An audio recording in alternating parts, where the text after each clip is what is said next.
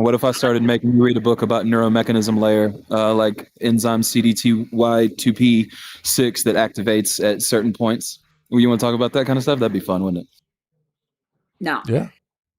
I'd be like, okay. Talk about all kinds of shit that would just make you vomit. Had to go over.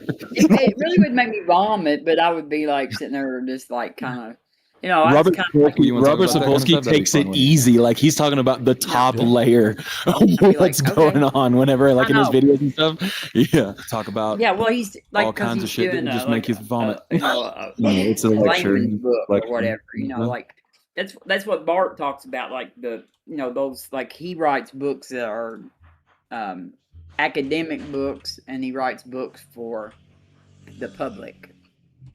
I'm just a cunt about information. And and I'm at the public level on most topics. I'm trying to embarrass Robert Sapolsky. That's what I'm trying to do. I don't think you better do that. That is blasphemy.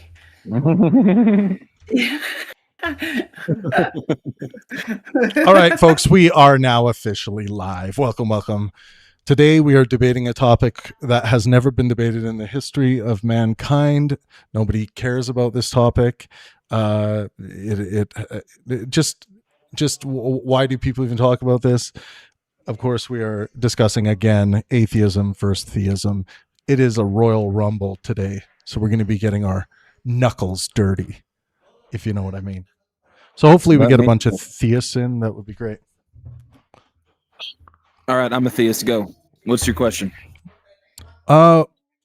Let's imagine you're a theist that had a personal experience with the Lord Jesus Christ. Sure. I sure did. Prove me wrong. I am going to pull out my experiential lensing ray, and I'm going to point it towards your giant skull brain head, Thomas, and I am going to read your experiences. Oh, and I've found that you were lying. There you go. Ah, well, my experience is better than pretty much anybody on the planet, so you're cheating. Exactly. Perfect. What up, Trey? How's it going, brother? What's up? It's all right. How are you? Doing good. We're talking about your favorite topic today. Yeah, I got a little bit of time. Cheese sandwiches. What bothers you most about atheists, Trey? I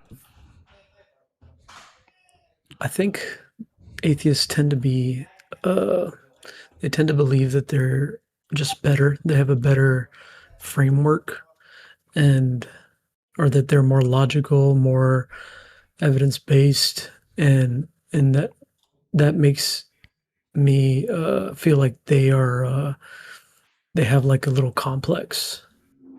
And I think that's not all, but yeah. So can you describe the complex that you notice? Like let's get into the details of that, and we'll see which of our atheist members have those complexes, and then we can point at them and laugh. Yeah, I feel like they'll say this. I don't see enough evidence to believe God exists, and you do, or you just have faith. Therefore, I'm better than you. That's kind of like that would be a weird thing for someone to say. Like, just because you're wrong about this thing means I'm better than you. Yeah, I don't like that kind of posturing. I think it's counter to my moral quest. I think sometimes people use this as a way to bully others, and in this case, theists could be on the other end of that. That bullying when atheists do this. I think theists do this a lot too. Would you agree? Yeah, theists. Yeah, they also annoy me. Do you think they engage in that same thing though? That exact same thing you just outlined, where they think, they believe they have in many cases, the incontrovertibly true absolute answer, by way of God, by way of Jesus. And there is kind of this like passive aggressive looking downness on others, when they say things like, well, you're just not looking hard enough. Like some atheists can take that as like, really, you think that's the problem? I'm not looking hard enough for God? Like sometimes things like that, like from your perspective as a theist, might not seem like theists doing the same thing because you yourself believe that that is the case. But I see the similar behaviors coming from atheists and theists with regards to this.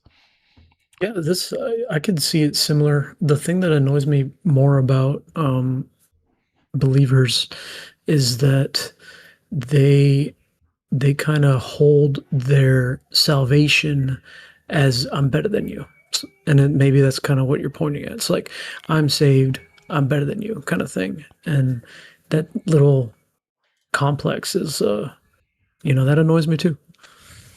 Gotcha. Yeah. Fair enough. Anyone have any thoughts on that?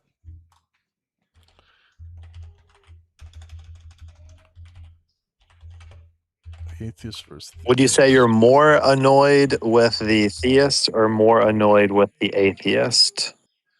I was in the army. I hate everybody equally. Can you answer why you hate everyone equally? It's an army joke. There's some truth in sarcasm though. Yeah, I mean, I treat everybody equally. So, treating equally and thinking of someone differently, I think, are two separate things. So they both bother me the same. It's wait, not so like are you atheist or are you theist? I'm a Christian. I understood you treat everybody equally. I'm asking why equally. Niv, someone else was asking questions. No, then you can get yours in. He ignored what I said. I get that he treats them equally. I'm asking why does he treat them equally as shit? He didn't answer. Nivek, it was a joke. Like crap. I was joking. I treat everybody equally, and I don't treat them poorly. Yeah, I think that was a joke, Niv, that you're focusing in on. And you said there's some truth in sarcasm, and then I think Trey explained that it was a joke. But anyways, what was our new member saying? Jared Wards. What were you saying? You wanted to know if Trey was a Christian or a theist? Yeah, I think the comment obviously was a joke. But I think in your original statement, you feel more strongly that atheists hold the belief that you were espousing as opposed to theist. And I think it's interesting to me, just a listener to what you were describing. If both are equal in kind of the self-righteous point of view, but one is based in science and fact and the other is based in kind of fiction and faith. It's interesting to me that you find yourself in the camp of agreeing with those that are, equally as, deplorable in a matter of speaking, but then, you agree with the side that doesn't have science and fact on their side. It's just interesting that you can hate both sides, but then agree with the one that has less fact. That's an interesting from an outsider perspective. I was researching this recently. There's a lot of scientific-based arguments for Christianity or just religion in general, or just positing that there's a creator. There's not, right? Like if you were looking at the two sides. Let me lay it out. Just one real quick. If you were looking at both sides from a truly scientific point of view, there's overwhelming on one side as opposed to the other side. So yeah, you could like maybe arbitrarily find one or two things that try to point to science being supporting the theist point of view. But that's not your MO to come at it from a scientific perspective, because if it were, you would obviously be atheist. But go ahead with where you're thinking. I'll disagree, but anyway, here I'll say this. One, there's the Kalam cosmological argument. So the universe begins, it has a cause, therefore the universe has a cause. Or everything that begins has a cause, therefore the universe has a cause. Then the thermodynamic argument, if the universe was eternal, then we would have run out of energy by now. The fine-tuning argument, everything is so precisely tuned that it needs to have an intelligent mind behind it. There's so much order in the universe and DNA that it has to be a mind behind it. And then the origin of life argument. To my knowledge, there's not been any science that has created life. So, and DNA is another part of the finely tuned argument that DNA is so complex. It's like a computer code, like times 100 or whatever. Like it's more complex than a computer itself. So that has to have a mind behind it. You're attributing complexity to there being a creator, but that's not borne out in any science. So to say that is proof of a creator is not scientifically true. So even in your own argument, like you're defeating yourself in your own argument. I'm not done. So like if you have all this complexity, and then if you throw in the probability, okay, so it's either there is a creator or there's not a creator. It's 50-50. And it's not 50-50. It's overwhelmingly no creator. Jared, do you agree that there is either a creator or there is not a creator? Sure, we could grant that, but there's no creator. 50-50. No, it's not 50-50. So you've just made the point of there being, overwhelming evidence for something to the contrary of what you're arguing for. No, I gave arguments for it. One point of evidence of there being a creator. What is the one point of evidence?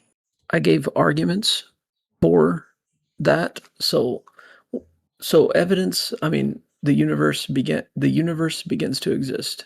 Everything that begins has a cause. Therefore, the universe has a cause. Do you accept that as evidence, or that's an argument? So why would you?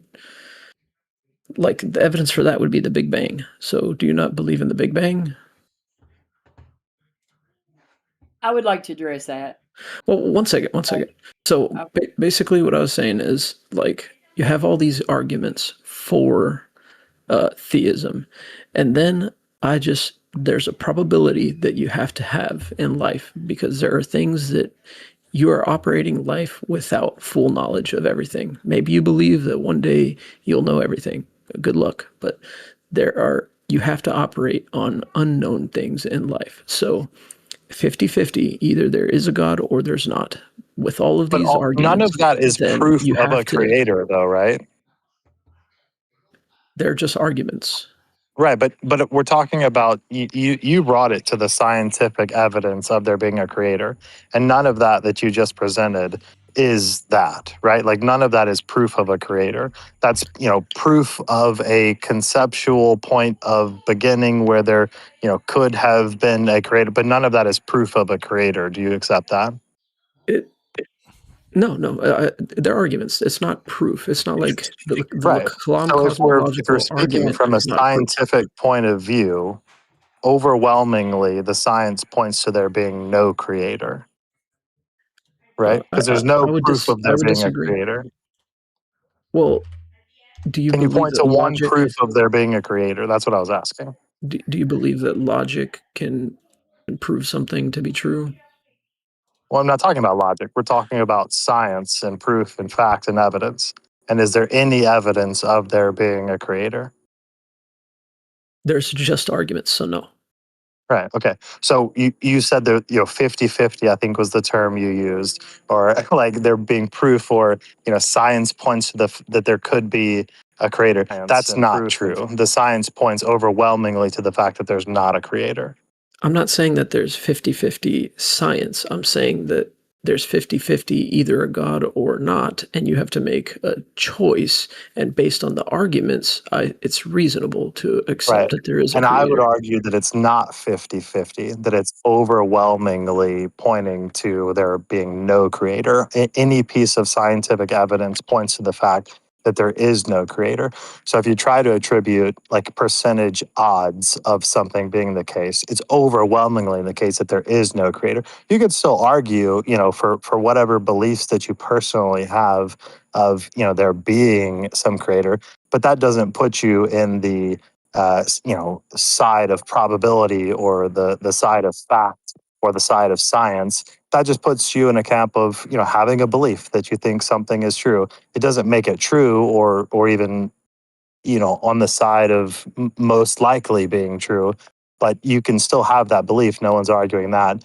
But from the perspective of, what is fact and what is, reality, you're opposite of that. You're having a belief outside of reality. I think you're not getting what I'm saying. Like when I say 50-50, I'm not saying that there's 50% of the evidence says that there is a God and 50% of the evidence says that there's not a God. That's not what I'm saying. How else should I interpret 50-50? Like two different possibilities, two different things that could be. That's right. That's not 50-50. Okay. Yeah, I think 50-50 is a weird way to say it, but I just wanted to, if that's what it is, then yeah, it's just two different possibilities, two different states of. Yeah, there's infinite number of possibilities. Infinite number of 50-50 possibilities. would be evidence showing that there is, and evidence right, there would showing be that there equal weighted isn't. evidence. Right. Look, let's say, how about this? There's something's not there, then that's 50-50. That's not a good comparison.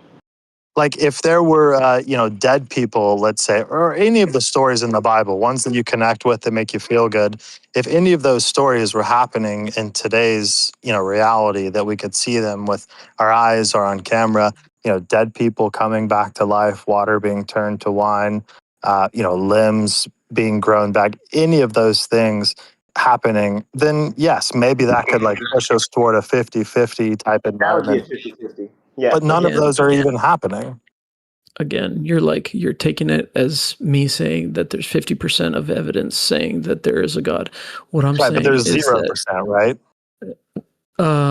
Based on the arguments, based on just us existing and the world existing and the universe existing. Well, we're talking about evidence. There's 0% evidence, right? No. What would be the one thing you can point to that's evidence of a God? We exist. So existence. I would say Yes. that I believe that there is probably evidence. Whether there is evidence that's sufficient to warrant belief is the actual question.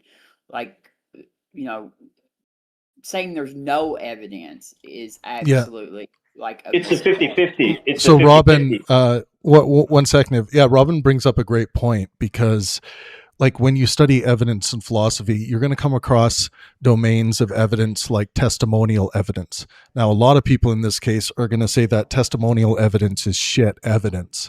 It still would be, like, from an academic perspective, considered evidence. Even a testimony of someone saying, "Oh, I had a personal experience with the God of the universe."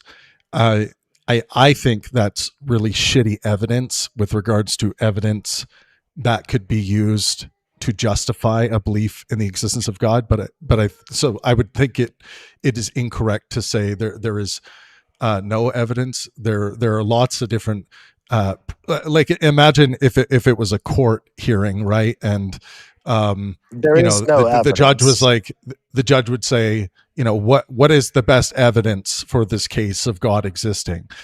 People would bring in personal testimony. They would say all of these different things. We're not arguing and me on the other side, defending the lack of belief position, I would say that's all terrible evidence, and it does not justify, based on my epistemic standards of correspondence criteria of truth, being made primary, needing sufficient demonstration or justification, and I actually have to believe the proposition. I cannot accept those things as warrants for belief.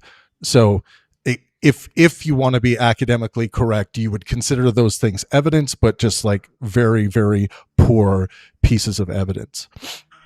Yes, It's a 50-50 claim is that's being argued. Okay, let me just lay the 50-50 thing one more time out. Has anybody ever played roulette? There's red and black, right? You put your money on red or black. Your odds are 50-50. You have two choices. Just like in life, you have two choices. You believe that God exists or you don't believe that God exists. 50-50. Okay. That's what I mean. So you're jumping off of a bridge and you have 50-50 that God is going to save you, or 50-50 God is not going to save you. What are the odds that God is going to, let's say you have belief, right? Like in your religion, your belief is that you have to take a leap of faith, literally a leap of faith where you have to jump off a bridge. What are the odds that God is going to save you if you jump off that bridge? Bad example. A good example would be if a head gets blown off with a shotgun, that head magically comes back together. That would be a 50-50. That would be a more accurate 50-50 miracle. Niv, we don't have to. Something like that never has happened. You can let that example be answered by Trey first, Niv, and then you can give your example that you think is better. Let's not shut anyone down. Go ahead, Trey. Well, I think, Jared, leap of faith is something that I do every day. I wake up, go to work, and come home. And that is the real 50-50. So I spend... No, it's not. That's a nice platitude. And I appreciate you for, having something that helps you with your day to day, which I think is what the purpose of religion and God is.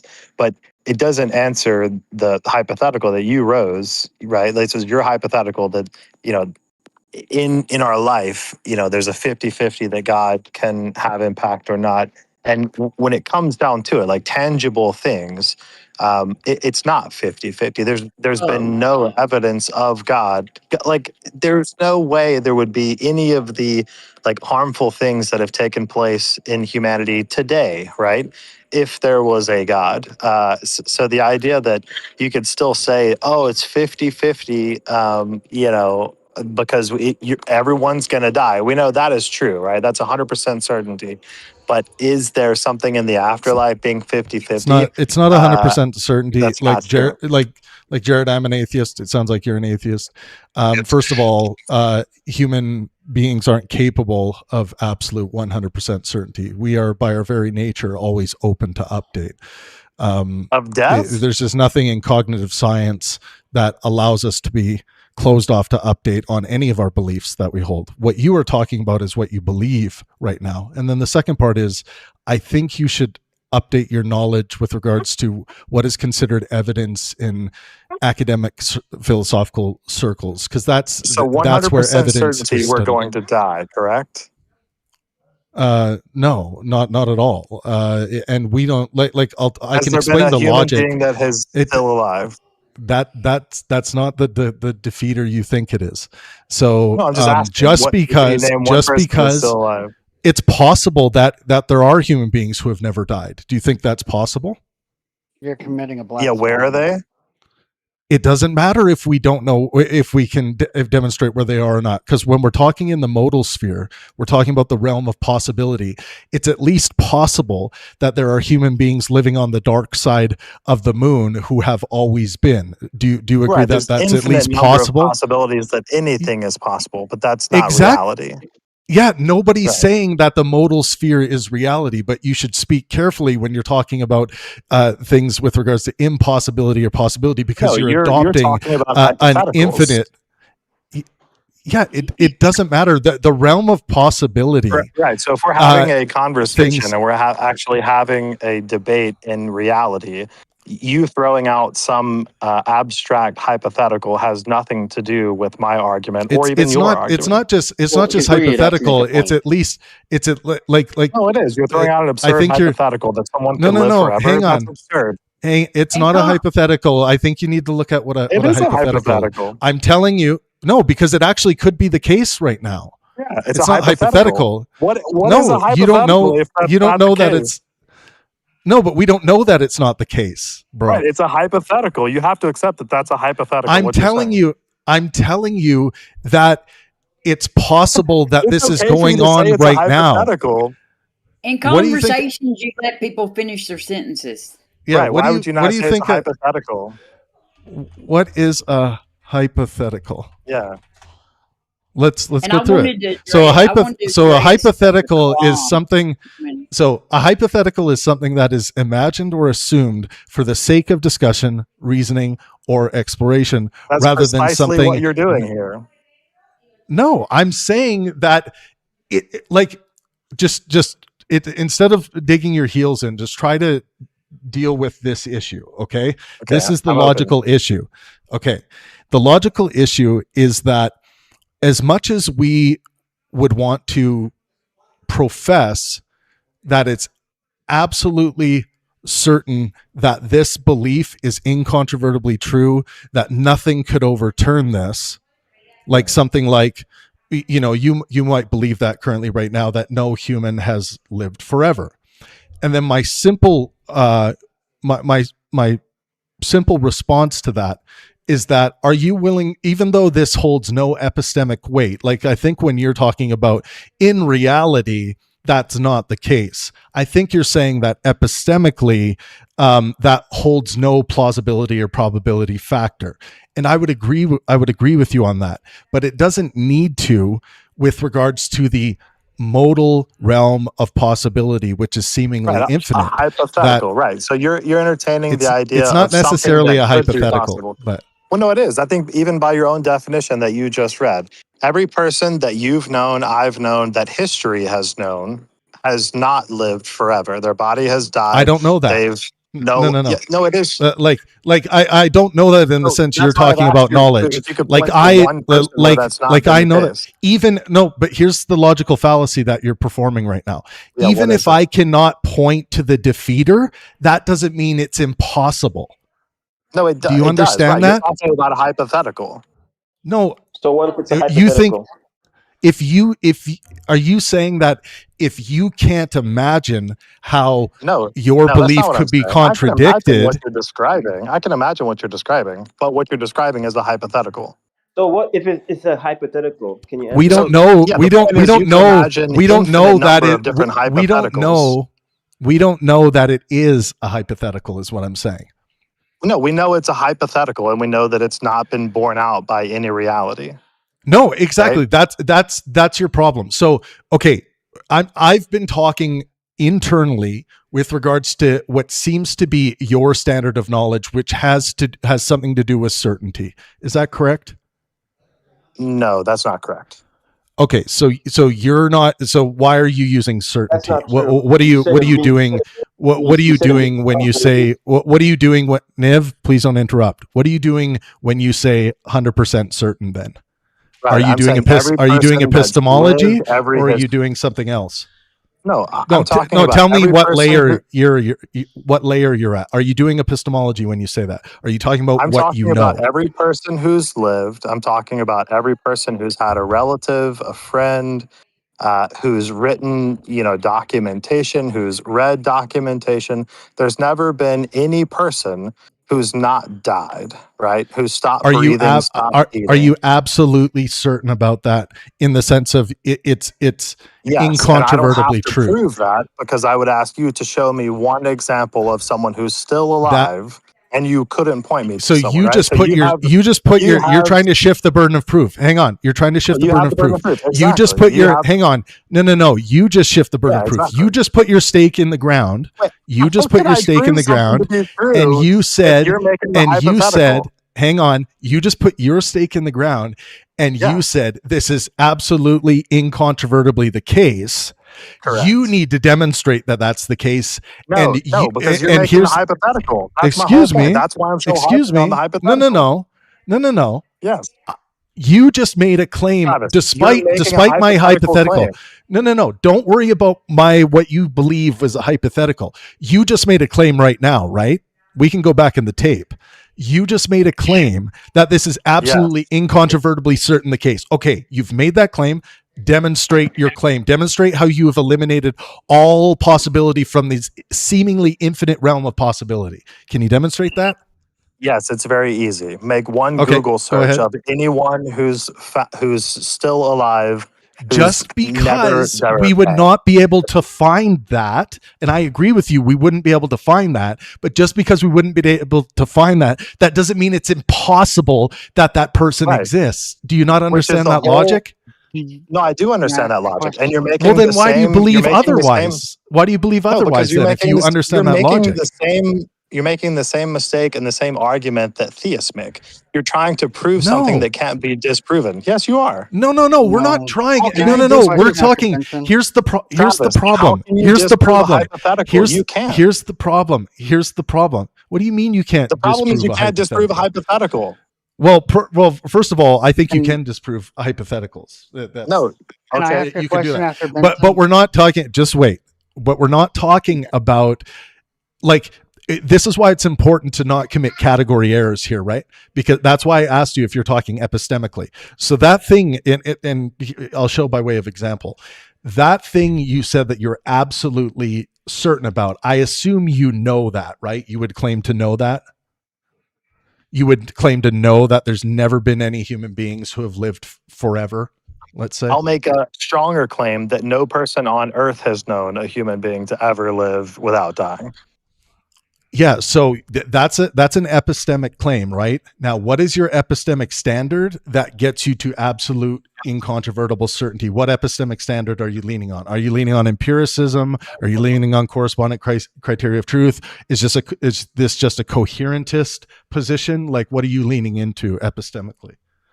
So the beauty of not having to try to funnel into one of these things is it's a hypothetical in the scenario that you're making. So no person. Don't go back to the thing that you think was a hypothetical. I'm dealing with your claim right now. We're not dealing with the thing because you're trying to. Okay, you just agreed you made the claim earlier, and now you're saying you're not making the claim. No. You just said, Jared. Jared, you just said, Jared.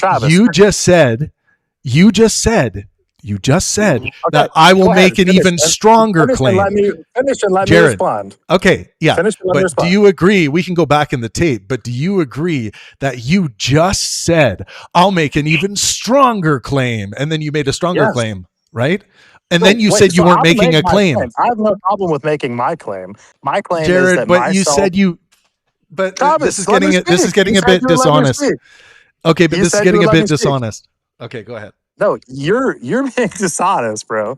Okay, my claim is that myself, nor anyone who's lived, has proof, evidence, experience, firsthand knowledge of anyone who's still alive who's not died. Right? That was my claim. Your claim is that it's possible. No, that's not. That's been my claim from you changed start. it. No. You claimed incontrovertible certainty. You said absolute certainty. Jared, you said absolute certainty. Travis, that's what you said. Bro. And then you just softened the claim. Then you just softened the claim. I believe the claim was that was my claim. Your claim. Your claim. Yeah, that was exactly. Everyone will die. Thank you. That is my claim. That has been my claim. Okay, your claim is that it's possible. It is possible that someone, who we've not interacted with, could live forever. And is it possible that that hypothetical could be true? Sure, we could grant that. Absolutely. That's your claim. But my claim is not that. Your claim, you're making the claim that's outside of what, I've experienced, you've experienced. So you're making the claim that's outside of, quote unquote reality. So you have the burden of proof. No, you just finished making a claim about absolute certainty, man.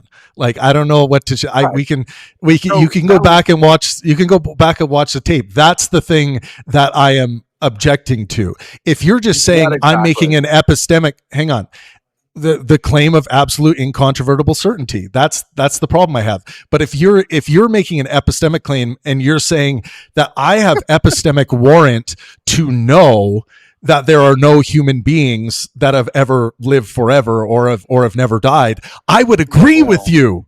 I would agree with you epistemically, but when you start crossing over into the seemingly infinite realm of possibility, that's where your logic is going to start falling apart, because you're going to start saying things like, well, this is why I know it's impossible for me to be wrong, because I've never seen it before, or I've never heard of it before. But that's fallacious.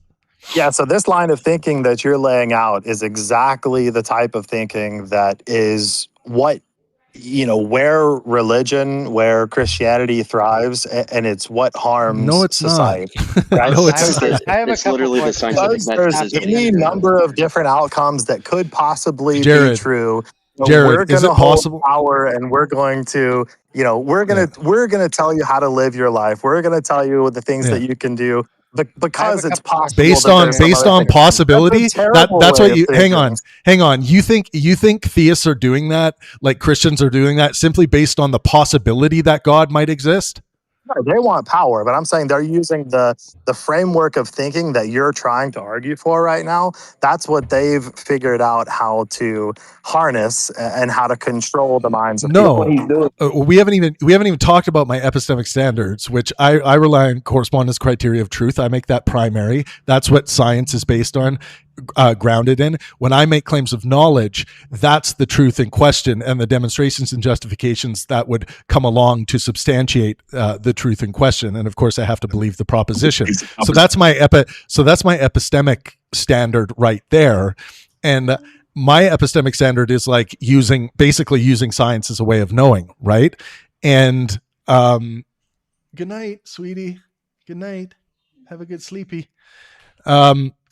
So I use science. Essentially, I use science as a way of knowing, but I gave you the technical underbelly of that, where science is born out of. But possibility ought not be considered within our epistemic framework. Why? Because it's seemingly the case that anything can be presented as possible, and there's no defeater for it. And the reason being is that as soon as you try to put your stake in the ground and demonstrate something to be impossible, when someone asks you what your justification is for that, which is my whole point, the burden of proof is not on me to prove that something is quote unquote impossible, but it's on me to say, are you kidding? What is who's the claim maker? Who's the claim maker? If you're making a claim, if you're making a positive claim, you adopt a burden of proof. No. Right? If you want to say that the person claiming the claim maker doesn't adopt the burden of proof, come on, Jared. Come on, Jared. Is there evidence for a creator, right? That was the discussion. That was the topic of debate. Yeah, but you don't even realize if the burden of proof now is to prove that it's impossible for someone to live forever, and that's the burden of proof for proving his Christianity. That's insane, and you know it. But fair, what? Nice. We're not talking about proof, Jared. You're the one that talked about proof. I'm not talking about proof. I'm not saying I have proof that someone has lived forever. I've never said that. That would be something that I would assess. I agree with you. But the problem is you are you are making a taxonomic categorical error here, because you're not delineating between, you're not delineating between epistemology and the modal sphere, which is seemingly infinite. You're just making a clear mistake, and you ought go and study the academics related to studying evidence, because testimonial evidence is even considered evidence academically. So if you want to be more consistent with what's going on in academia, which you should be, you should adopt a new belief with regards to evidence and what evidence is.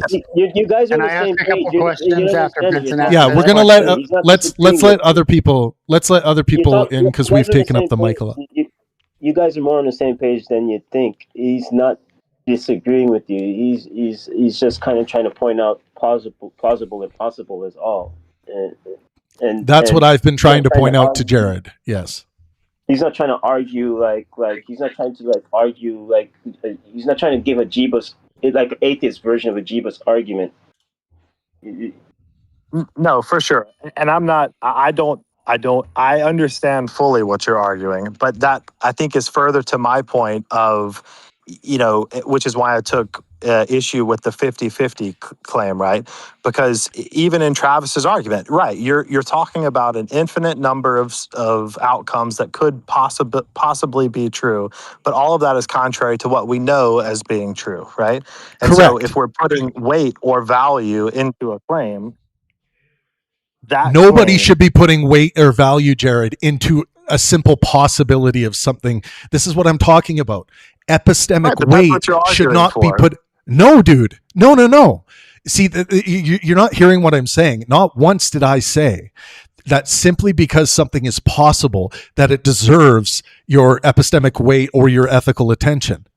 I never once said that. You can watch the tape back. I mean, if you have an AI teammate, put the transcript, Jared. Put the transcript, Jared, into your AI teammate, and try to get it to summarize my position. It doesn't matter. I'm not trying to argue. He's not arguing against your 50-50. I agree with your 50-50. No, the 50-50 thing I think is not correct. Like it's a wrong way of thinking about this. I have objections to that too. But I only get you're conflating evidence with hypothetical. In my view, I'm not attributing anything to you necessarily, but if you're weighing two separate ideas. One is that someone could have, a feeling, a relationship, an experience that they had that gave them an outer body experience, something that they attributed with the divine or creator. And that's, quote unquote, firsthand evidence to them. Sure. Okay. Right.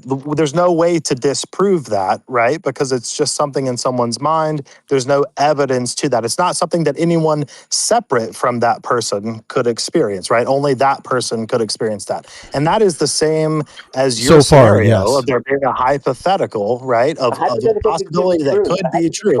Right. It could be true. Like that person could have been the only person on earth that had a relationship with God, and maybe Mary was the only one who. I think I want to read. I want to read what a hypothetical. Hang on. Any other person can see. I want to read what a hypothetical is into the record fully here, just so people are informed, because I think you're using hypothetical incorrectly. So again, a hypothetical is something that is imagined or assumed for the sake of discussion, reasoning, or exploration, rather than something known to be true. So for example, hypothetical situation would be, what would happen if humans could breathe underwater? Hypothetical question. If you won the lottery, what would you do? Hypothetical example. A teacher might say, suppose a company doubled its prices overnight. How would customers react? In general, a hypothetical is what if scenario used to think about, to test ideas or predict outcomes. Example in a sentence, the lawyer presented a hypothetical case to explain the law. What I am saying, Jared, is not a hypothetical. I'm saying it is in fact the case. That certainty is almost certainly unattainable. That when someone tries to claim that something is impossible, that was not your claim. Hang on. I was responding originally to you saying that you are absolutely certain about something, right? That's when I unmuted and came in. No. And then when you said that, now you're moving the goalpost, right? No, is that not what happened? I mean, we can go again. I said this that is all recorded. No one else has experience. So you're playing semantics with trying to say there's no way to disprove something. I'm playing logic. That's what you're doing. No, you're Travis not. Travis is following the standard that he always uses, and you are just like interrupting him and stuff and roughshod. No, I'm not. Trying to explain, and you won't even let me finish a sentence, and I haven't even said anything yet. I can step down and let other people go. I just wanted to say that if you're trying to say that this, if stipulating that someone could live forever is not a hypothetical, I don't think that is accurate. I don't think that's what was going on. Go ahead, Robin. Sorry. Yeah, let's go, Robin. Let's go, Robin. Then Desired. Go ahead. Okay. Travis, this is a common. I mean, this is Travis's like standard that he always follows. And like, I know you're probably not been around here much, so maybe you don't know that yet. But that's his. I've been and around that's for what a it- long time, Well, actually. then But go you ahead. should know this by now. Then, okay. I do, and I know that's why it's no problem to have interaction. That's And why you can have your perspective. Go ahead. You should also know how to carry on a conversation without interrupting see, everybody when Vincent. they're talking to. Okay, So- well, you're good. calling me out. You have to expect me to respond if you're calling me out. I would give you a chance to respond if you let me finish my sentences. All right. Well, then speak Go your ahead. sentence and stop Go- calling me out. All Go right. ahead. All right. I wanted to address Trey on the Kalam argument. And is that okay, Trey? Yes. Okay. Are you using the William Lane Craig version? I've listened a lot to him. I broke Okay. it down to a basic, just everything that begins to exist has a cause. The universe begins to exist, therefore the universe has a cause. Yes, that's the there's an older version that was more of like by a Muslim, I think. But that's the William Lane Craig because the begins to exist. Because I think the older one said everything that exists maybe is what it was. Is that right? I'm not Travis? too sure about the older one. But the older one was a Muslim, was made by a Muslim, and I can't remember. It was a guy named Kalam, I think. Though I believe it had a second part to it as well. Okay, Not yeah, there just was what he stated. Yeah, okay, but William Lane Craig's is the everything that begins to exist, and the issue with the Kalam. Well, there's more than one issue with the Kalam, but one of the main issue, like with the first premise, is that we have no evidence that the universe ever had a beginning. The Big Bang is not actually not considered the beginning of the universe. It's the beginning of the expansion of the universe. And so, like the law of thermodynamics or whatever says that you cannot create or destroy, energy or matter or whatever. And so, like the Big Bang model, as far as I'm aware, posits that there was that all of the matter that's in the universe now existed prior to the expansion beginning, but it was in a hotter and denser state than it is currently. So, like, the premise one is like an issue on that right there because there is no evidence of a beginning. And then, of course, the thing about the biggest thing about the Kalam is that it doesn't ever get you to a god. Like, it just gets you to a cause, which then making the leap to, Allah or Yahweh or Jesus or any other God is a long way to go. Like, that's without, it's you're not even to anything other than just a cause, which could be just a natural cause. Does that make sense? Yeah, all that makes sense. I just have to say also, I was airborne in the Army, so I have no problem taking leaps. And anytime I take a leap, I jump with a parachute. So there's that. I'll do that hypothetical any day. Thank you for your service too, by the way, Trey. Yes. Yeah. So, yeah, I mean, I think that's pretty good what you said, Robin. That's right. It gets you to a cause. And then with thermodynamics, I would say that if that matter cannot be created nor destroyed, I think if it was never, like if the matter can never be destroyed, then that's kind of, I don't necessarily agree with that because at some point we are going to run out of energy. Like the sun will, we're going to go into a heat death is what the latest science says, I believe. If you like Leo, we have Leo Filius here, and Leo is like really good at this kind of stuff, and probably I think Leo Thomas. I know Thomas is like, but I don't know. Somebody else might be good at it too. I'm sure Perry probably, but I know Leo is pretty well versed on like this topic about and so I'm just repeating what I've heard others say about the matter will change. as far as I understand it, even when the heat death, the matter will just change forms, or the energy or whatever it is will remain, but it will just change forms. It will. Yeah, so basically, like the sun, I guess, will run out of fuel, and it'll just be a, I guess it'll collapse on itself or something like that. But basically, a long time from now, the universe will be too cold to support life. And Yeah, I'm not sure what they think. There's several different models on that about, like, they think that, it will, like, the big crunch, and I don't know what all the different models are, but It's got to be described in the Bible, right? Somewhere. I think it just says he created the heavens. He didn't lay out the ending plan, what that would look like. The locusts and the grasshoppers, right? Something like that might be too easy, Jared. If they did that, he didn't lay out the quantum. He didn't lay out the quantum notation for us. I didn't see. I don't know if there's a bibliography or a reference page in the back. I should check. Trey, we can just add it in. There's a divine inspiration coming in right now. No, I'm kidding. So. Yeah, it does seem like maybe there's a prophet, that we'll uncover, that will add, the last book that'll maybe be that. Trey, who are you arguing with? If they don't believe in a Big Bang, would that change your view? Like you said that the person has to believe in the Big Bang.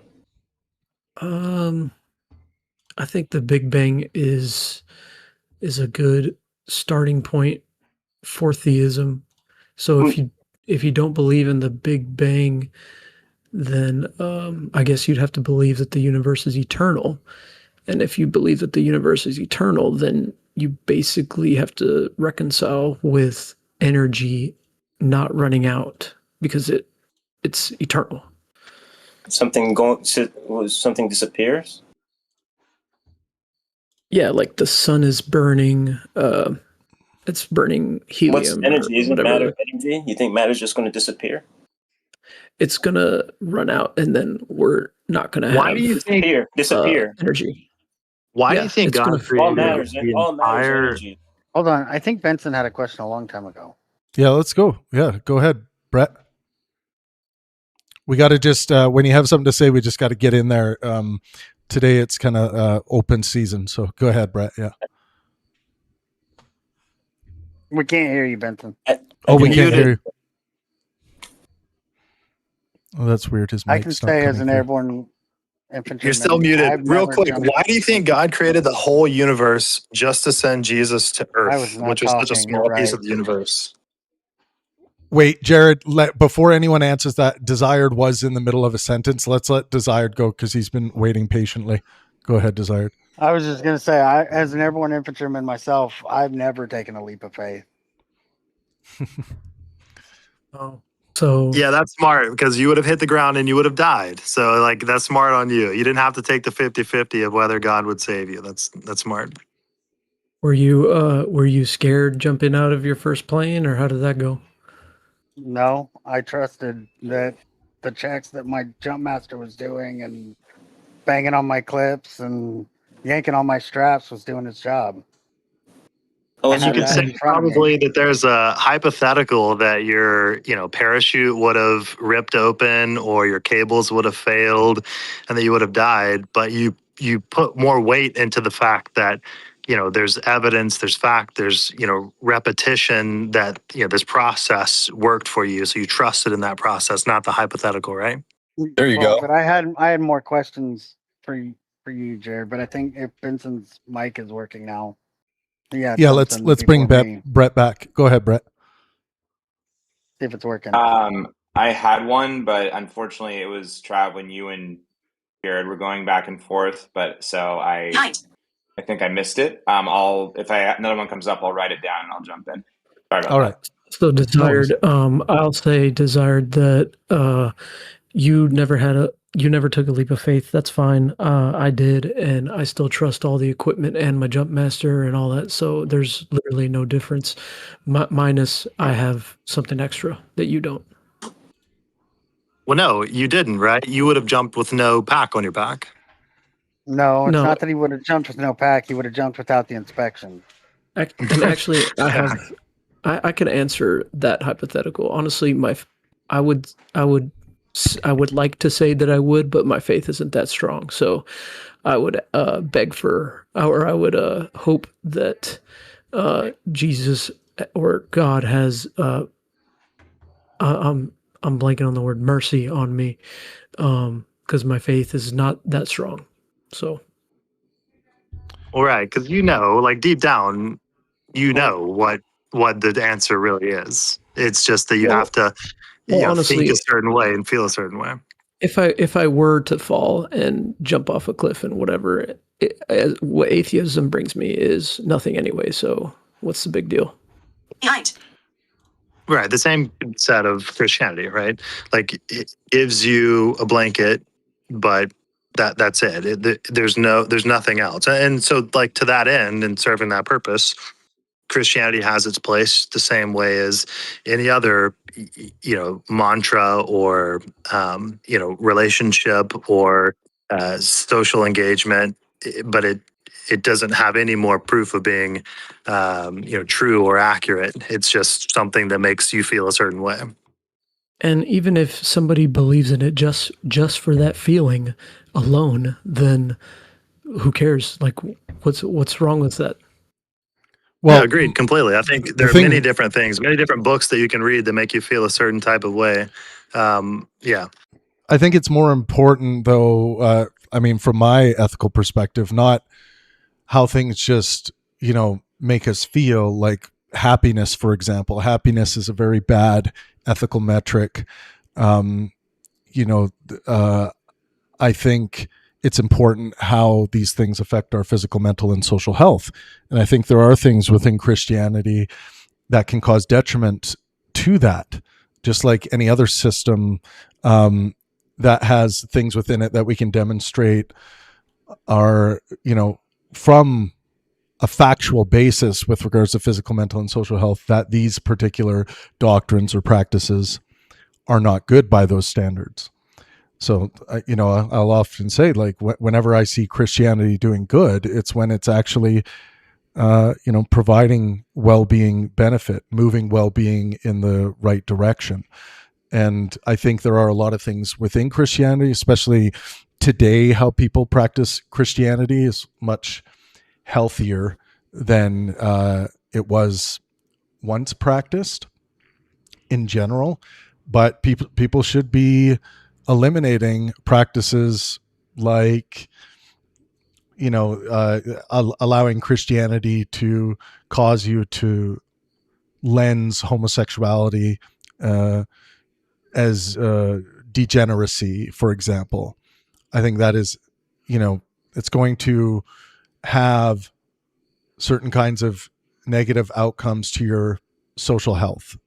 When we look at health, physical, mental, and social health, the social health is a very important thing. And like if you are steering away from having, friendships with homosexuals because of what your religion is telling you, that's causing a detriment, like a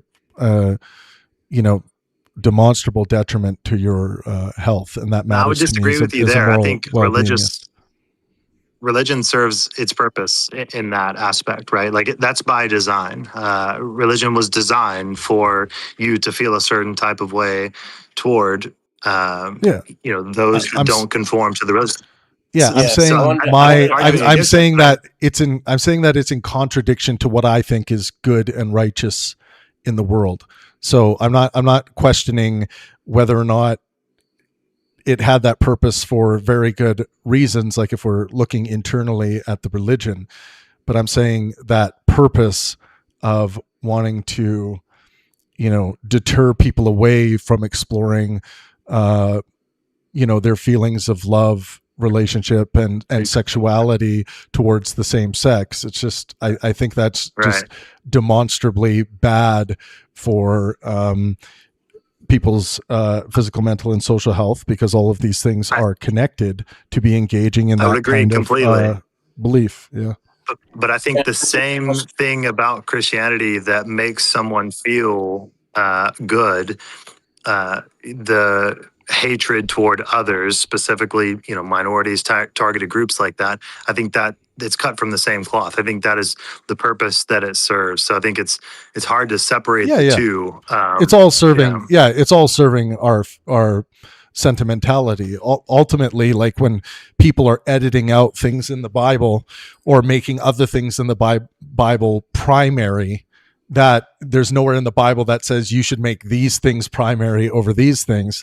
People are just engaging in human sentimentalism. Their feelings are ultimately the arbiter of what they are making primary within the religion. And it's really hard to find a Christian who's well, all Christians are doing that, but it's really hard to find a Christian that's not like openly, explicitly doing that, where they're like, these are the things I embody with me in my day-to-day with regards to Christianity. Well, who said you're supposed to take those specific things? You did. You decided. Can I answer this question too about the harm? Yeah, Niv and then Trey. Yeah. If people think something's to be believed and justified no matter what, then that can warrant acts of force and violence. And particularly when people have whatever interpretation of what is just and right, nobody can logically come to a conclusion if that is the case, if that's not how they're basing things on. So the only way to get the only way for things to come about is through will of force, in order to get somebody to be on the same page in what you believe, who don't believe what you believe, because you can't just show them the math, how it works out, and say, "Oh, okay, I'm in agreement with you now." There can't be that conclusion. The only conclusion, logical conclusion, is that I force you to believe through violence. Interesting. Yeah, that's interesting. Forcing people to believe. I guess they kind of did that during the Inquisition and stuff. But I think Jared said that like Christians hate minorities. Did I hear that right? I know he left, but he maybe. Let's say if he did say that, what would you say? I would say, bro, I'm Hispanic, so I don't know if you. I guess I hate myself. That's funny. Like I'm reading The End of Faith right now by Sam Harris, and like Sam Harris, he does really good at pointing out all of the terrible things about religion, but just leaves out a lot of like just normalcy, and it's just.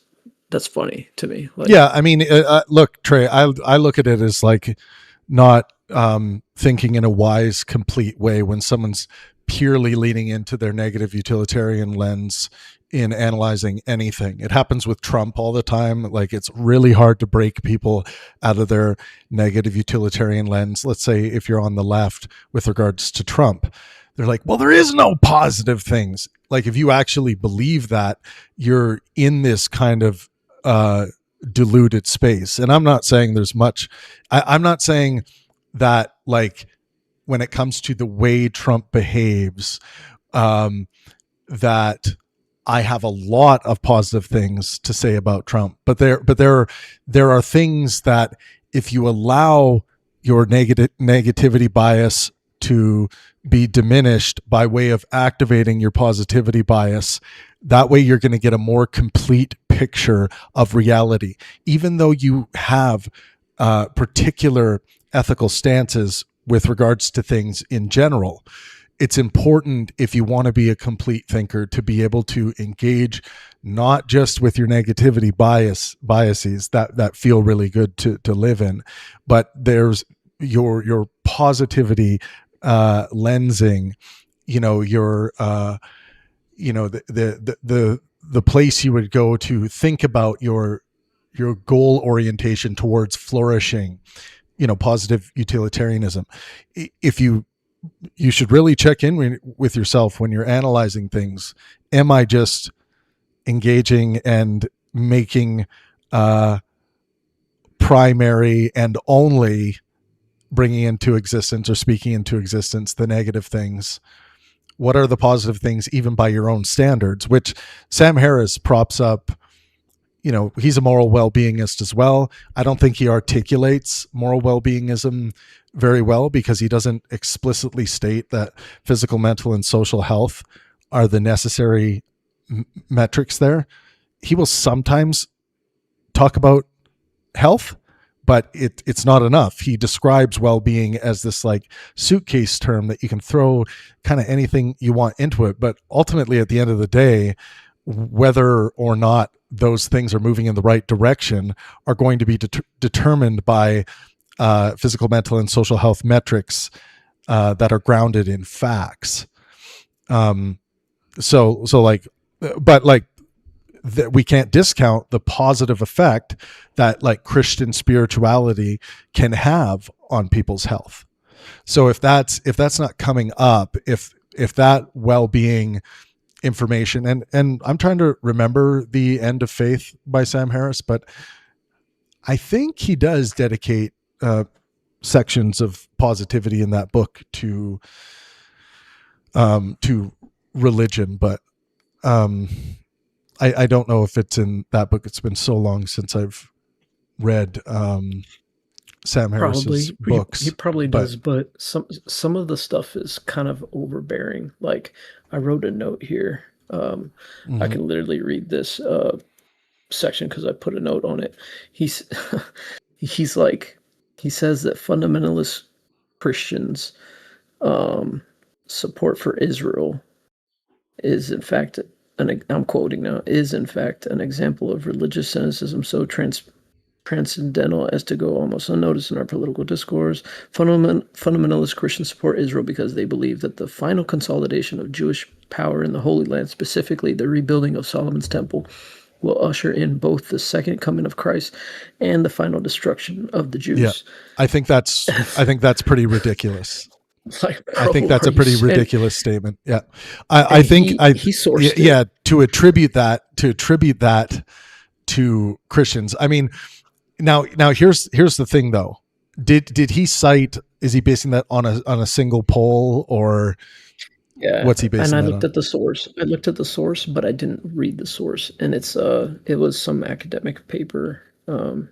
Okay, well, it would be important to look at the source and see what kind of questions are being answered, polling data, where was the polling done, measuring that polling. I'd want to see the study. I'd want to see if that polling data was measured against other similar questionnaires and things like that. It seems like a ridiculous conclusion to me. Like, surely you can go out to the world and do 100 interviews with Christians, and many of them are going to give the Jesus is peace and love, man, reason for why they would want to support Israelis or Israel. So like, I would be interested to see, like, if I don't know if you can post the actual citation. It might be interesting to look at. Yeah, let me search for it while we're live. Are there any other theists in the room? Anyone else who believes in the existence of God or some kind of God? If so, unmute and let yourself known so we can smite you. Don't be shy. Yeah, poor Trey here has to hold up the cross all by himself.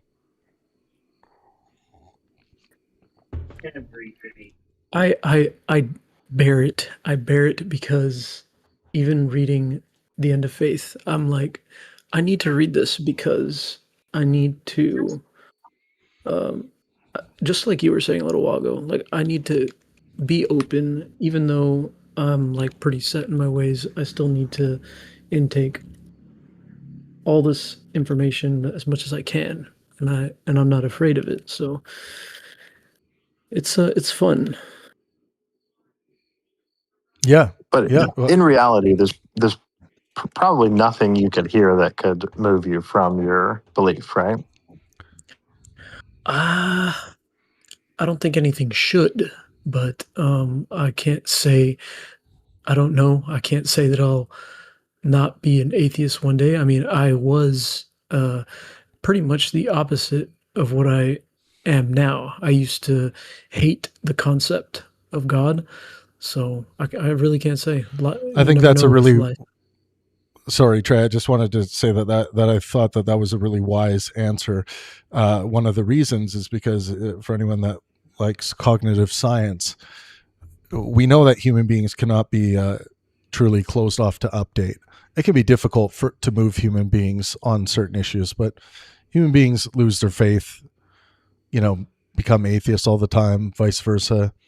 So like, Trey, while we're working on that, you got the link right there. I'll want to take a look at that. Unfortunately, you have to pay for it. Unfortunately, but oh really? My system might be able to pull out the important information. Might be able to find it somewhere. But like, I think the external critique, in my view, that's where a lot of people lose their faith.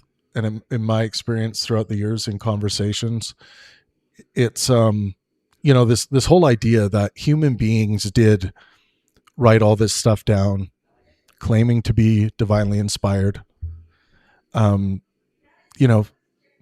Potentially some of the surely some of the characters like Pontius Pilate and some other characters and locations in the Gospels are actual places and people.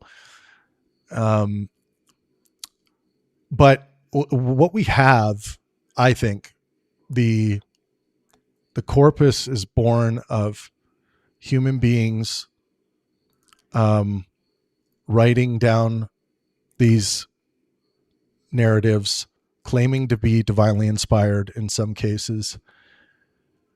And most Christians would, of course, agree that human beings have a sinful nature and, are born into sin, have a sinful nature, make many mistakes, moral error. And being at the helm of writing down this religion is maybe one of the most or one of the highest positions of power, whether they knew it or not at that time, that human beings have ever, any human beings ever been in that situation of how much power is involved in the writing there. And to think that human beings would just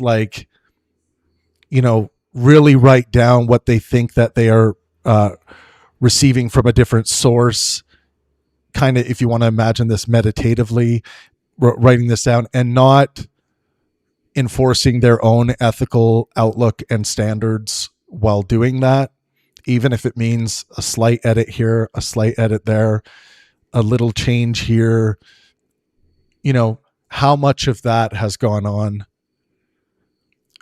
To me, I think it's almost certainly the case that even through the internal critique view of the flawed human being, Christians can see good justification to discount aspects of the Gospels. And once you start discounting aspects of the Gospels, it seems like the floodgates begin to open and fallibilism starts, ruling the roost. And then we start seeing a more and more fallibilistic relationship with Scripture, and the level of faith that the level of commitment that we see, I think, diminishes. So I just with regards to that, Trey, with regards to the external critique of where Scripture comes from, where the Gospels were what the Gospels were born out of, what do you think about that phenomena? Would you say that's maybe where your faith has the most struggle, or is it elsewhere? I think my faith has the most struggle with just so much evil, the problem of evil, I guess. Okay. And I think there's a lot of truth to what you said. Over time, we're not living in Leviticus anymore, and things have changed just like science has changed. And I think atheism is on the rise. I don't know if that's going to keep going. I don't know how good that will be for the world. It's something that we'll just have to see. Well, atheism, I Trey, like, if I could just speak to that quickly, atheism itself is a blank sheet of paper. So, at least with Christianity, with regards to an ethical standpoint, it's not a blank sheet of paper, and there is a moral guide. And a lot of, I would say, especially how Christianity is practiced today, is being practiced in a way that is good, providing good physical, mental, and social health outcomes and to a moral well-beingist. I'm happy about that. If there are atheists out there who think they are beyond needing some kind of discernible ethical system or epistemic system, a way of knowing, they are gravely mistaken. You need a way, even though I believe it's ultimately born of our sentiments in the Humean sense, that every human being, including Christians, feel their way through, let's say, morality in their life, normative issues. So you have to, you really, in order to be a responsible, ethical human being, you need to be able to discern goodness from badness, righteousness from wrongfulness. You need to be able to do that, or you're just flying by the seat of your pants, and you're going to be making all kinds of mistakes, things that you wish you hadn't done. If you knew more, you wouldn't have done those things. This is why education is so important.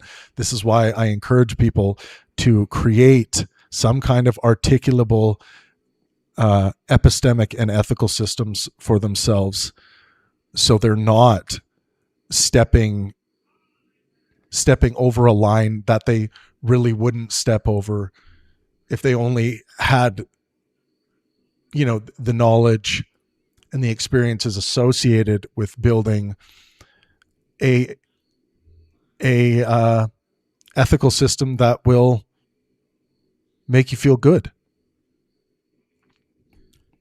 Yeah, I think that the expression is stand for something or you'll fall for anything. So, like, yeah, I agree with you. Like, if even with atheism, blank sheet of paper, that it's like you have this opportunity to create something, right? I think that's what you're doing a lot with well-being and harm reduction. So, that kind of stuff, it works. And I think I remember being in the army and they asked me, like, what do you believe in or whatever, and I didn't know what to say, and then they said, well, you got to believe in something, and it makes a lot of sense. You have to have some kind of moral calculus. Like, I know you like to say that too. So, yeah. Anyone else have anything to add here? When he was talking about, when he was asking earlier about the Big Bang, and I said, well, like, what if a person wasn't like convinced?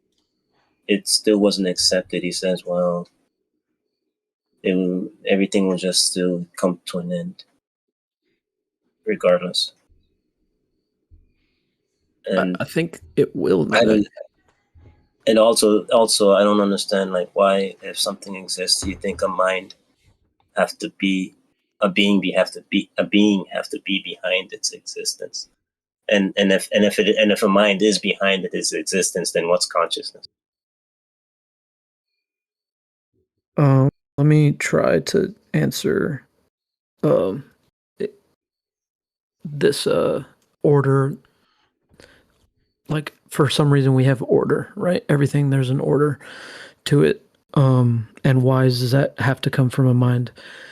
I just don't believe, or I don't buy that something can be so structured and so ordered without a mind behind it, because anything out there that has order to it, there is thought behind it. So like Frank Turek says, like, when you see a bowl of Cheerios out and then the Cheerios and letters say, "Take out the trash, Mom," you know that there's a mind behind it, because there's a message there. Now, you can't believe it. I find it highly unlikely that that same message would be out without just randomly. Does that answer that part? No, I mean, I don't agree with the order. Like, where one can see order, another person could see disorder. The things are relative. What my idea of what's orderly can be a person's view of what's not.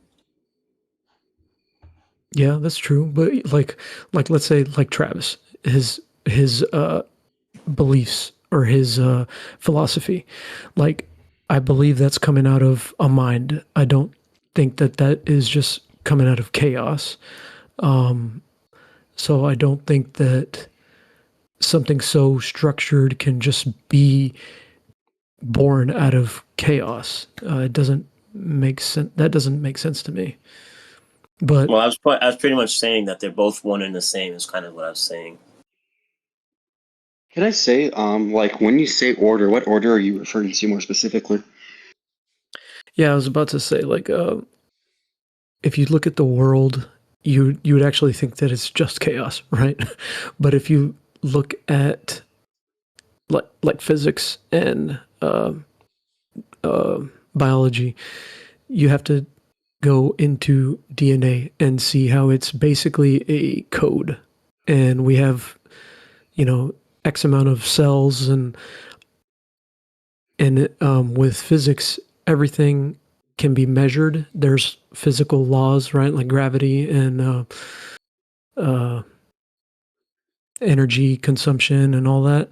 It's all, there's all an order to it. Like, the Earth spins around the sun, and it doesn't do what it wants. So in that sense, everything is structured. Now, what humans do, it does seem like there's a lot of chaos there. So, Is there something in the universe that you can point out that's disordered? I think everything in the universe actually has to abide by laws, physical laws. Okay. I guess I'm trying to chew on that a bit. Yeah, otherwise it wouldn't exist, right? I can't think of anything. Trey, do you know what entropy is? Yeah, that's the part of the thermodynamics that is like the second part of what I was saying earlier.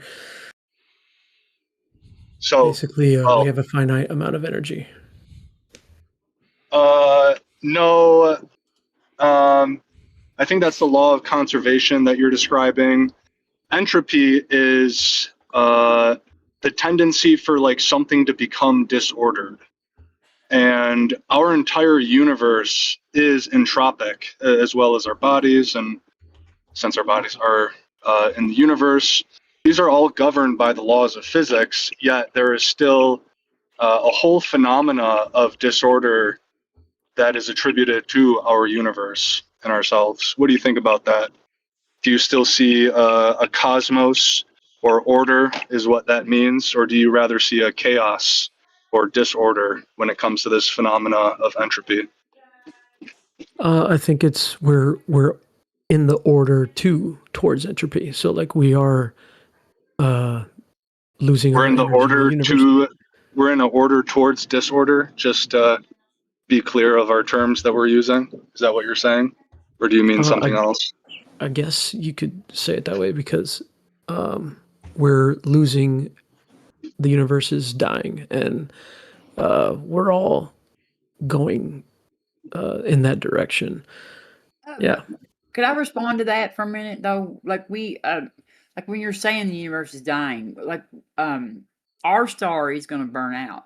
But like there are star nurseries right now that are actually making stars.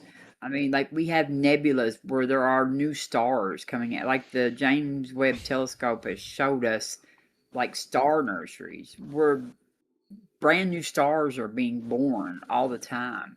So I'm not sure that I'm not sure that the consensus among the most of the physicists or whoever does that is that we are going like the universe is dying. I mean, like I think that it's expanding. It seems to have slowed down. The rate of expansion has slowed down some. I think is what I remember last hearing. But like we are, there are still being stars that are like you can go on to the James Webb Telescope, like the website, and look at the pictures, and you can see the stars coming out of the nebulas where the star nurseries are. And I think there's like several of those that have been captured on camera, you know, and it's a pretty awesome sight actually. So I don't know that I agree that the universe is dying. He says it's going to die. Eventually. I don't know. I mean, I don't know that we know that, Nivik. That's his argument. Okay, I know, but I'm just saying I don't think that we know that. I don't think that that is the scientific consensus. I'm not saying that they know what's going to happen or that they are 100% sure. Like I said, I'm not a physicist or a cosmologist, but I do kind of I kind of keep up with that, and like the James Webb Telescope things. I know the star nurseries show new stars being born. Like.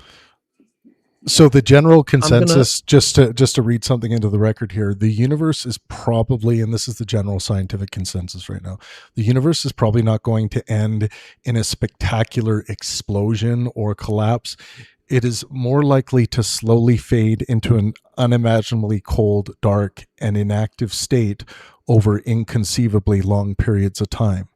Now, that does not mean that there cannot be unique quantum events like virtual particles popping in and out of existence in this idea of when we try to imagine pre-Big Bang states where systems like ours are born out of. So but that's the general consensus, is that things will slowly blink out, but that doesn't mean that there is no opportunity for new creation or anything like that. So yeah, basically that with kind of the current like ways that things function that we can see, it's going to continue that out to its logical end. But then at the logical end, it's so inconceivable to us that it could just be a completely different set of rules that could lead to something like another Big Bang happening, which kind of goes back to the idea of this cycle of a universe happening over and over and over again, rather than this being a single unique event that's happened, and like that it's big crunch type deal. Yep. My issue with Trey is that he doesn't think something can come from nothing, and if that's the case, then why would you think something will just disappear out of existence? Well, Niv, do you believe something can come from nothing? I think that's logically absurd if we're talking about like the true representations of those terms. Nothing being absolutely capital N nothing. To me, it seems absurd to even suggest that such a thing exists.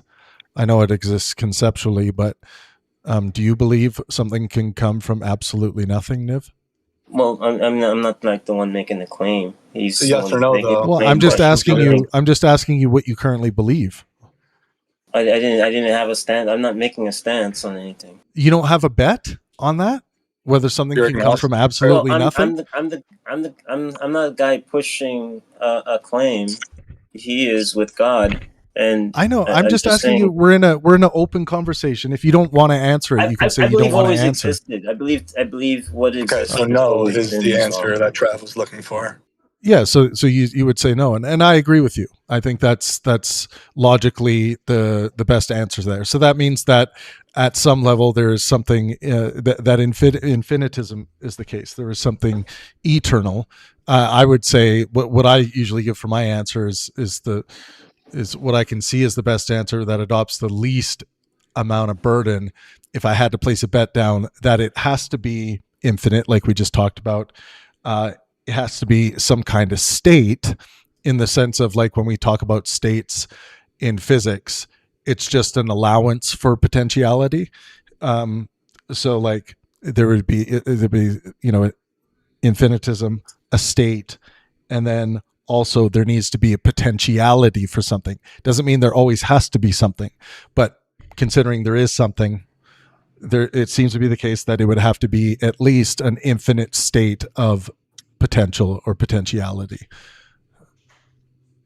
I wanted to be selfish and bring back this idea of entropy because I feel like it got tangented off far too quickly. And I don't mean to bug you on this, Trey, or I don't want you to make it seem personal, but I see this thing where people have these incorrect descriptive facts about something which they're allocating to either another descriptive fact or conclusion or prescription. And it seemed like you didn't understand, maybe you know what entropy is, but you just attributed it to, the law of conservation on accident. But I feel like it's possible that you're coming to the conclusion that we have an ordered universe because of this misunderstanding of conflating the law of conservation of energy with entropy. Entropy is ubiquitous as far as we can tell from a scientific perspective.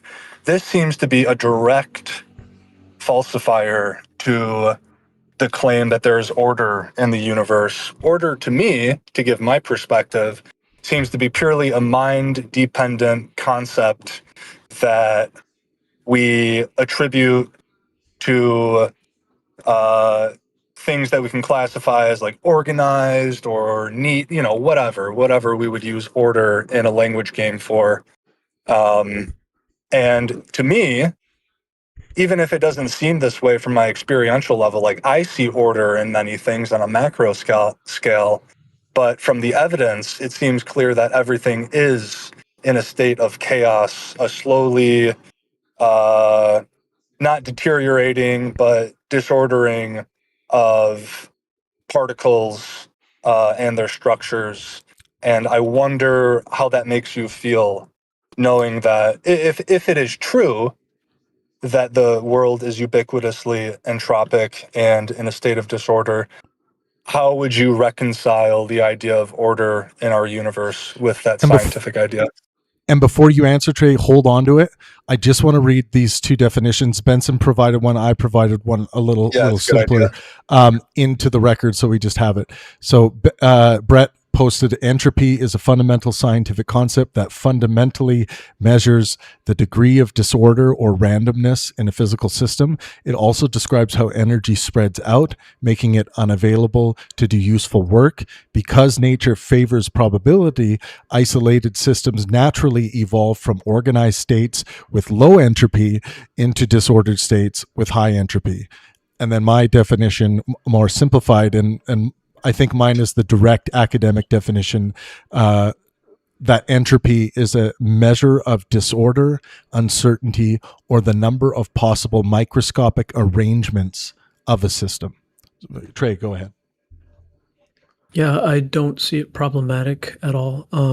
I got this from Brian Greene's Until the End of Time, and I'm probably going to butcher it, but basically, we started out from what we know at a super ordered state. So physics, you can trace everything back to the Big Bang, the cosmic background radiation, and then entropy is the universe dying off. And basically, Brian Greene says that if you imagine a building with 100 floors, and the first floor is like 1 to the 10th power, and then the second floor is that same, except it's multiplied by another 10. I'm butchering this, but it's like, and then like you just keep going up exponentially 10, 10, 10, 10, 10, up to 100 floors. And then basically that's how long it's going to take for everything to go into a heat death, and that's entropy. It's going to be forever from now, conceivably forever from now. And to me, I don't see that as a problem. I just see like it. God, the creator, made the universe, and it's losing energy. And yeah. So, but why would the amount of time, like, I'd be fine if Brian Greene gave the analogy where it went, even another 100 on the scientific notation. The fact of the matter is that it is in a state of increasing entropy.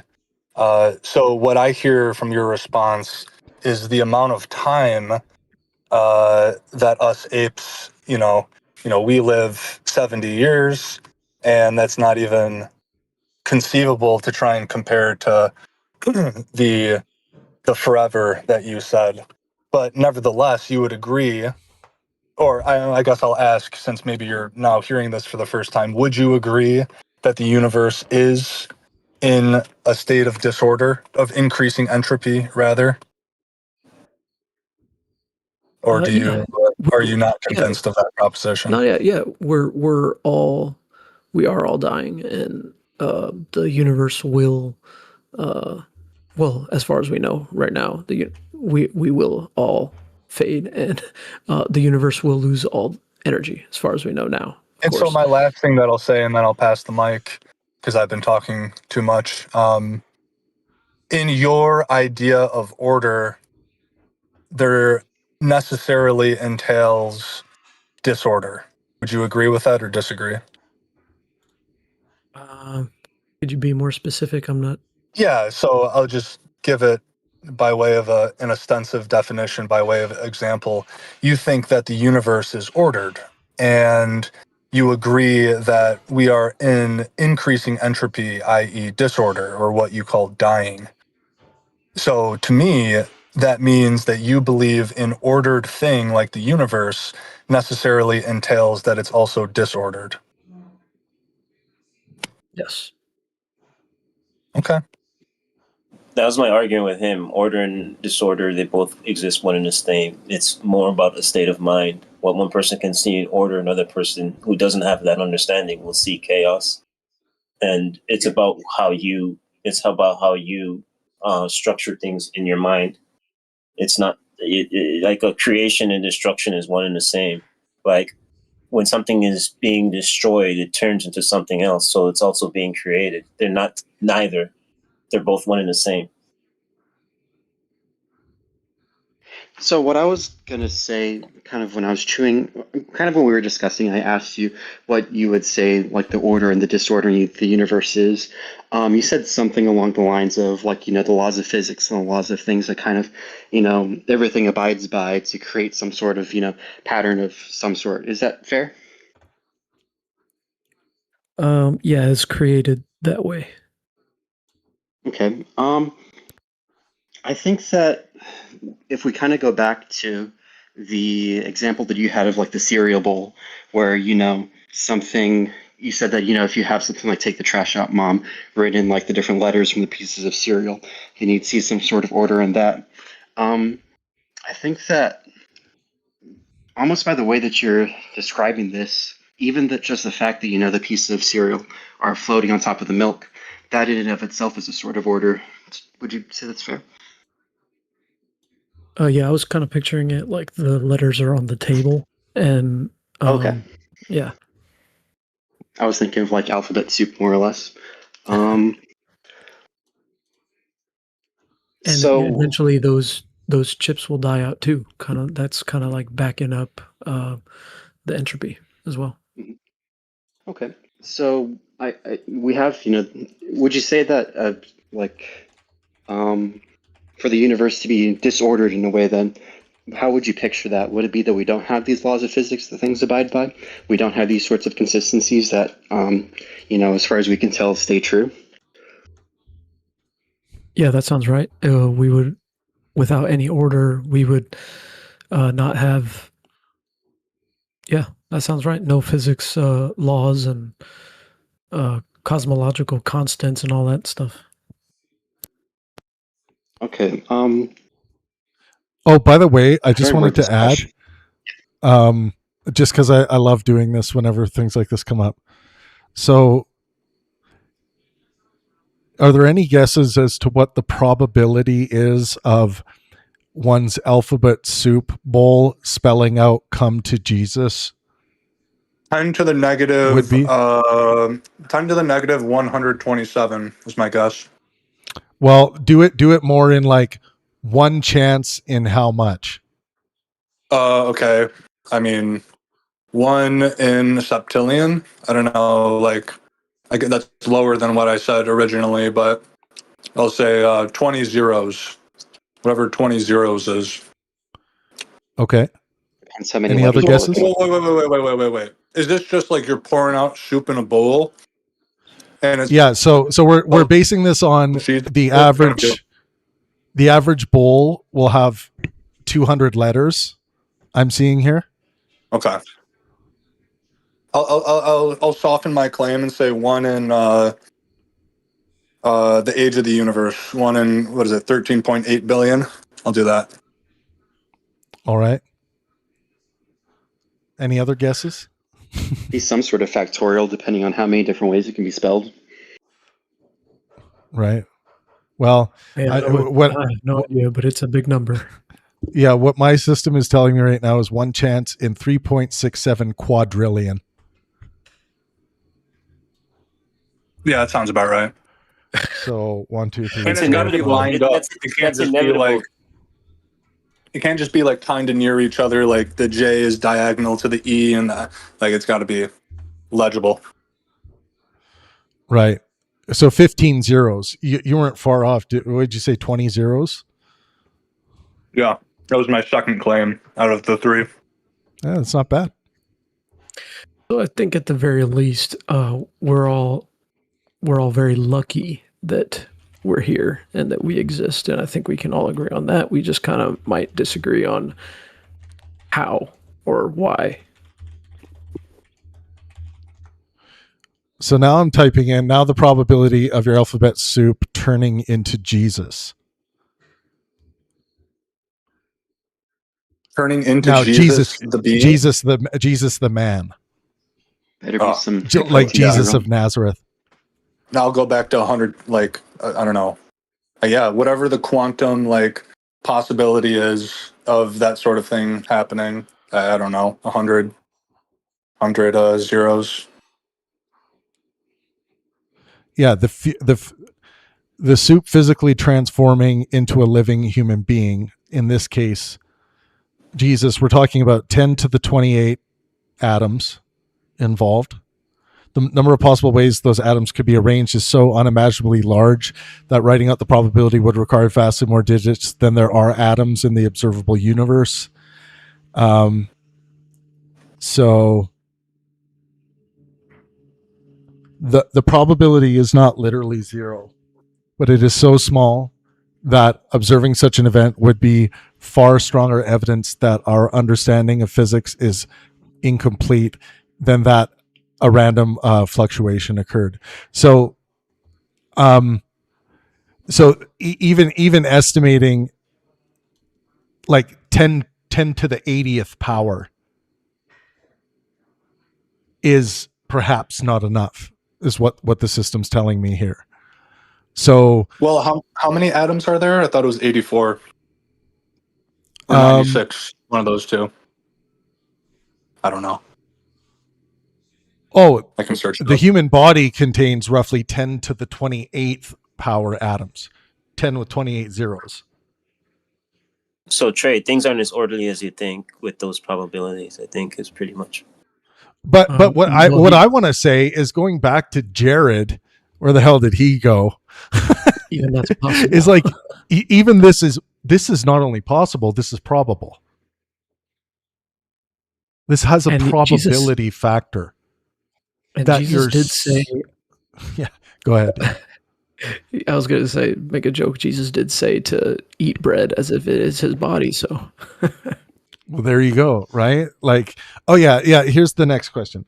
What is the probability that Jesus's body is actually the bread I am eating right now in church, let's say?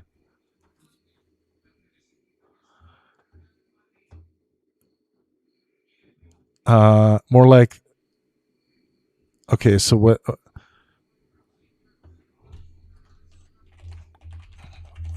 I'm just seeing if I can get a quantum probability. Yeah, and if the way I see it is like the chances of us existing are not even, they're not even that bad, but we do exist. So that's kind of how I see it. What do you mean they're not bad?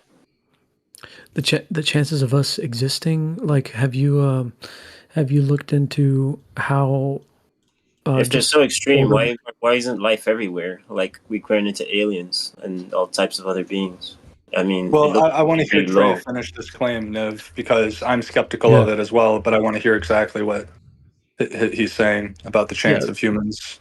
This is just the fine-tuning argument, basically. Like, it's so finely tuned that the odds of us existing are like 20 zeros, I think, last I checked. I might be wrong about that. You can ask that too, Travis. So, like, the way I see it is like we're all very lucky to be here at the very least, and then you could either attribute that to just pure chance, 1 in a million. It has to happen at least one time, and we're that. Or you could say, like, there is a creator, which is what I say. Kind of like the alphabet soup with the Jesus, right? Like, when the alphabets suddenly align, that's a in the alphabet soup. It's in the same scenario. That's order. I think it seems almost contradictory to say that the universe is finely tuned for life, but then the probability of life forming is astronomically small. Then I don't think the universe is finely tuned for life. 99% of all creatures went extinct, by the way. I would say that the premise is kind of a bit off, because those odds, of course, are kind of, to some degree, I'd say, imagining us in, like our current state, our current carbon-based life form, with how our metabolisms and everything work. Who even knows how many, theoretical possibilities of how life could be, constructed, is in the realm of possibility. In which case, I kind of say that it's like, if you take a pack of, cards, you shuffle the deck, and you pull it out, then, the odds for that specific hand is going to be unbelievably low, but let's say you had one sort of pair, how many other pairs could you have, and I think that, just a quick update before you guys continue. The probability that people are actually eating Jesus in church, 1 followed by about 4.34 octillion zeros. That's awesome. Travis, I'm hearing a lot of negative utilitarianism here. Everybody's saying that this is not, it's not happening. What's going on?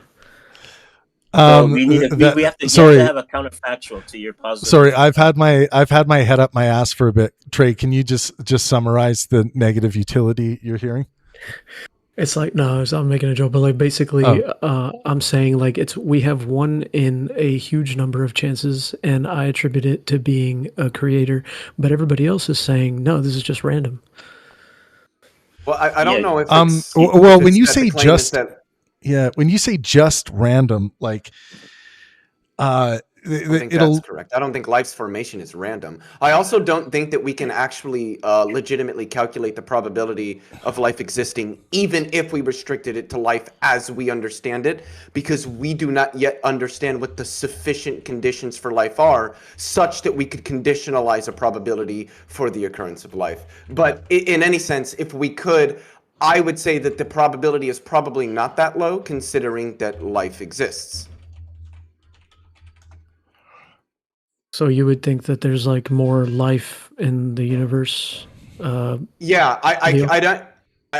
For me, it's just a hunch because again, I can't conditionalize a probability for the existence of other forms of life. So I take it as a hunch that there are other forms of life. It's a hunch I'm pretty confident about as well. And what's orderly to one form of life can be chaos to another, because the different creatures can only survive under certain circumstances and adaptation. Leo, I think I heard something earlier on the National Geographic or whatever that only like 25% of stars have planets. I think it's more than that. I think most stars have planets. You just granted, are those planets life permitting is going to be the question. I knew he's going to go to planets. That's why I didn't go to other planets, and I stayed on planet Earth, and I said other creatures. What's orderly to one can be disorderly to another in surviving, and you're going to go down the argument. Well, we don't know if other aliens exist, but then again, we wouldn't really know. Like if an alien saw our planet, it would look like chaos. That alien maybe it has to live in a very hot environment in comparison to us.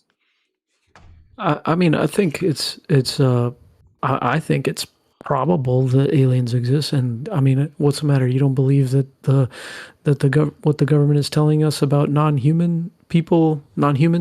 I don't think. Okay. I was just suspicious that you didn't, or you're going to argue that we didn't know. Like, I want to point out that there are estimated 200 billion trillion stars in the universe. So even if only a quarter of those, I didn't do the math because I don't even know if only 1% of stars had planets, that's still a lot of planets. I don't know how to write 200 billion trillion to do the math. How many zeros go on that? But that's a lot. But Leo, you said that most have planets, and I don't think that's right.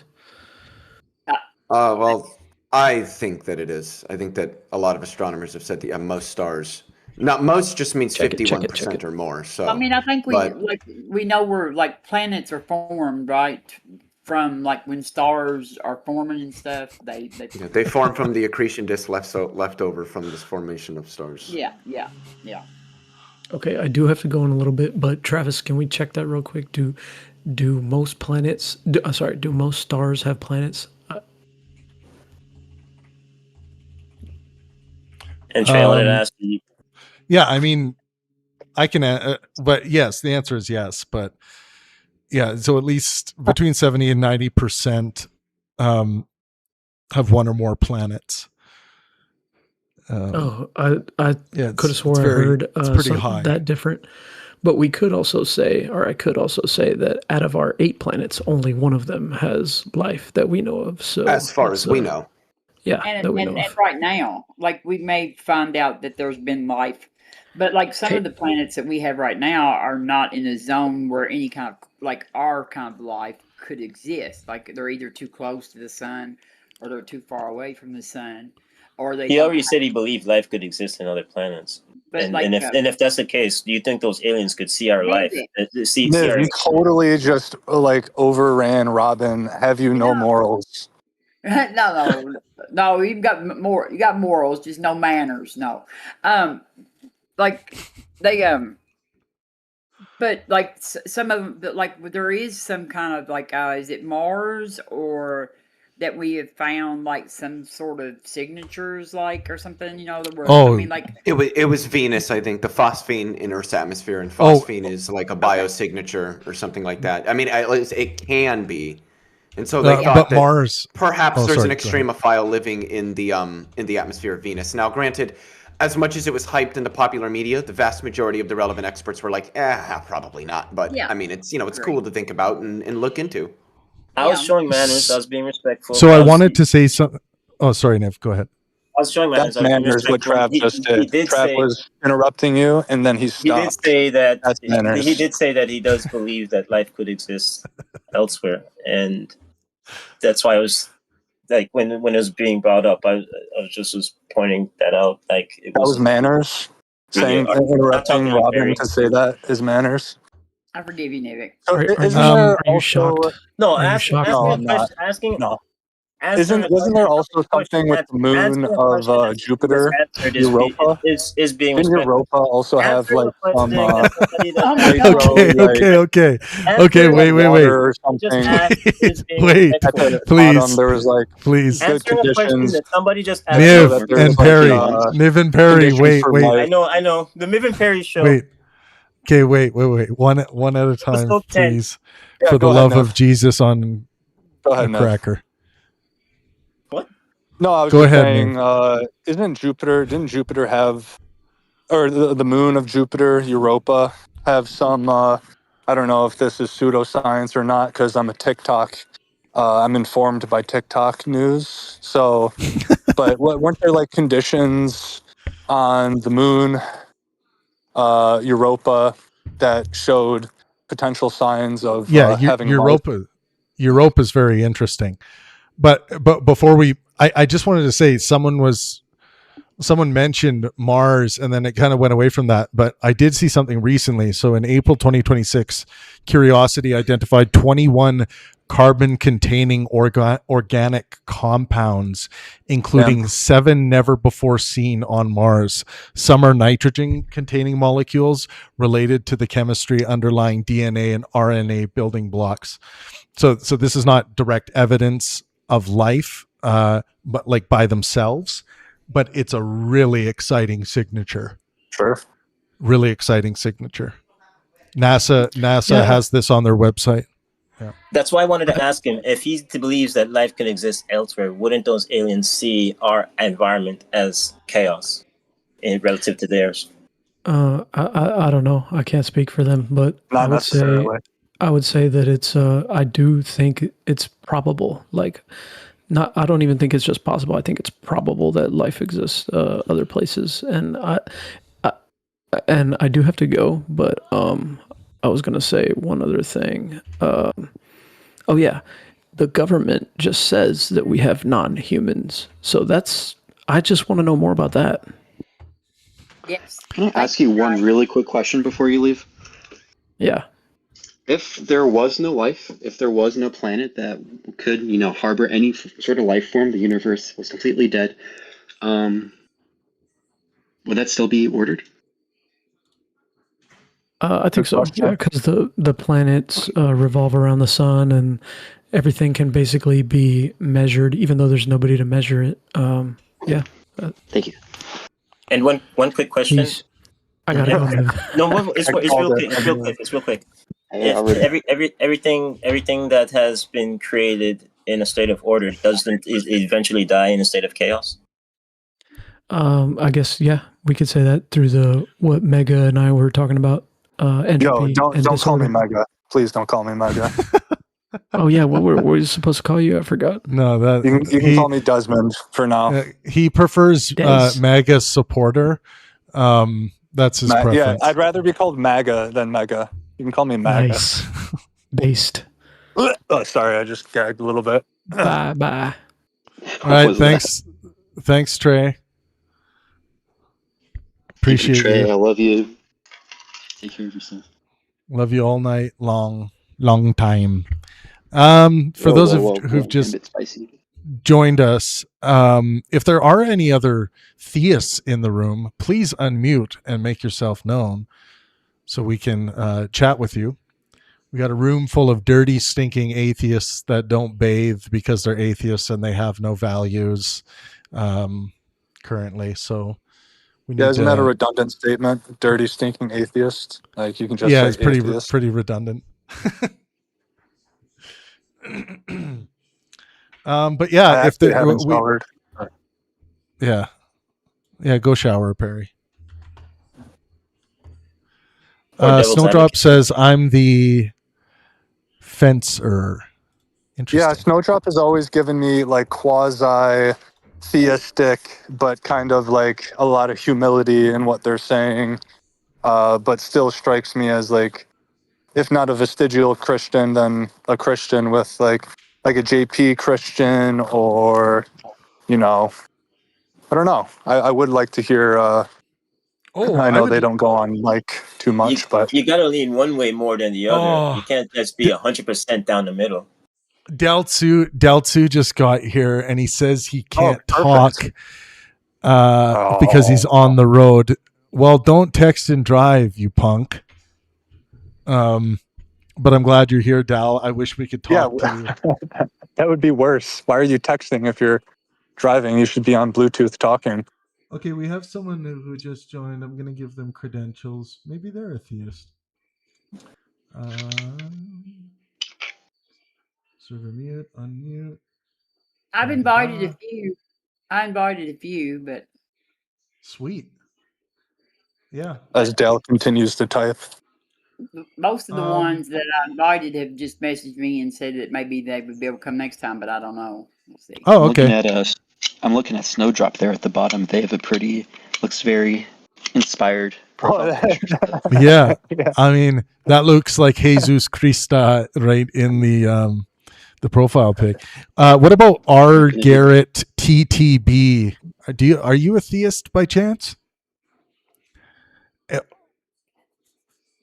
I want to say yes. Okay. But I want to say no. It's not fence sitting. It's more of like theism to me is man-made, so it's hard to comprehend, if that makes sense. Because, in my opinion, I think the existence of a God is proven through faith and hope for humans, and when pessimism runs things, it chaos enveils, if that makes sense. Like, so yeah, I guess let me ask you. Falls apart. Yeah, I'll ask you just the first initial question. Do you currently believe in the proposition that gods exist or a God exists?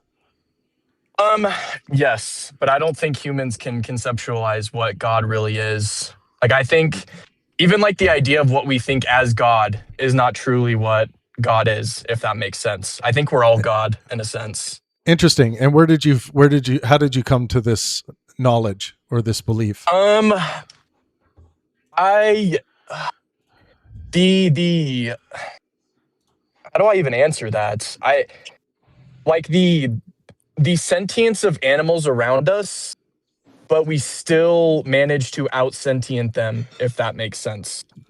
Like we have proven in different animals self-consciousness, or not self-consciousness, self-awareness, emotions, and some animals interpret things differently. Like dog sense of smell is super important compared to their eyes. We can't even conceptualize humans as it is, let alone animals. And I think we conceptualize humans well. Like, we can deal with that claim. What do you mean by we can't conceptualize humans? Like, I have a concept of a human in my mind. It's grounded in empiricism and my ethics. Like, science can't prove neurological reactions to things. There's only so much the brain shows in humans, yet there's answers that aren't, or there's questions that aren't answered, I guess I should say, just like anything else in life. And the problem that I have with theists, and I'm not trying to like fence sit here, but theists like to be like the Book of Gaps kind of thing. Well, if science can't prove it, then there must be a God. That's what I was going to say about you. Well, my biggest take, like I said, it's not really proving anything, because I don't think science disproves God or proves God. I think it's more so the fact that, like, life is placebo, in my opinion. If you believe a certain thing, whether it's hope, whether it's atheism, whether it's a God, whether it's Christianity, you can really trick yourself using your brain to believe those things. And I think that alone is an existence of a God. Like, that makes no damn sense to me. Life is like a true placebo. Any responses? I'm going to mute myself so you guys can take a crack. He said something interesting earlier when he said, if pessimism flourishes, then chaos will follow. So you're saying like it's necessary to believe in God in being a state of optimism in order to have order in society? Yes, and it doesn't have to be God per se. I like my theism heavily weighs on the ineptability humans have and the durability we have through the chaos that we live day to day. Like Good answer. I don't know if that proves God or not. What'd you say? That's a brilliant answer, because I sometimes order, even if it doesn't make sense, it's good, so everybody can be on the same page, and everyone being on the same page is in society is an important thing. Otherwise, if that's not the case, then chaos will follow. Yes, because people will just not be on the same page in what they think, and up will be up will be down, and down will be up to another person. Yeah, people need a common identity to like come together for. Exactly. And I don't know if that makes us more animal than we realize, or if that proves God. Does that make sense? Like it is fence sitting. Like I truly believe that either makes us more animal than we realize. Well, because it's like it's one or the other. There's no proof of either. Like you're either, it's like we're full animal instinct sheep type of humans where we can critically think. But if we all come together on one consensus, we become amazing. But if we all disagree on shit, everything starts falling apart. Like that's, I don't know. I always had that view with religion too, that I didn't think it's a bad thing. I think it's just order versus chaos, and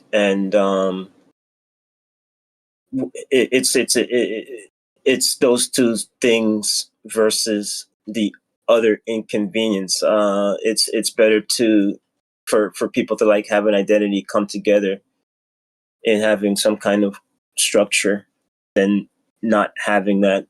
And but I think like over time it eventually breaks down. That order breaks down because different information comes in. People are exposed to different environments, and they develop different views. And I think it's like a seesaw. People will go into a state of being religious at one point until it breaks down into this for sure, and then they move away from it, and you can like see that like throughout history, like one point to you know what I mean, like with the Black Plague, order came about because we're so religious to the point that society was it couldn't, religion couldn't explain anything, so people more lean towards the worldview of reasoning.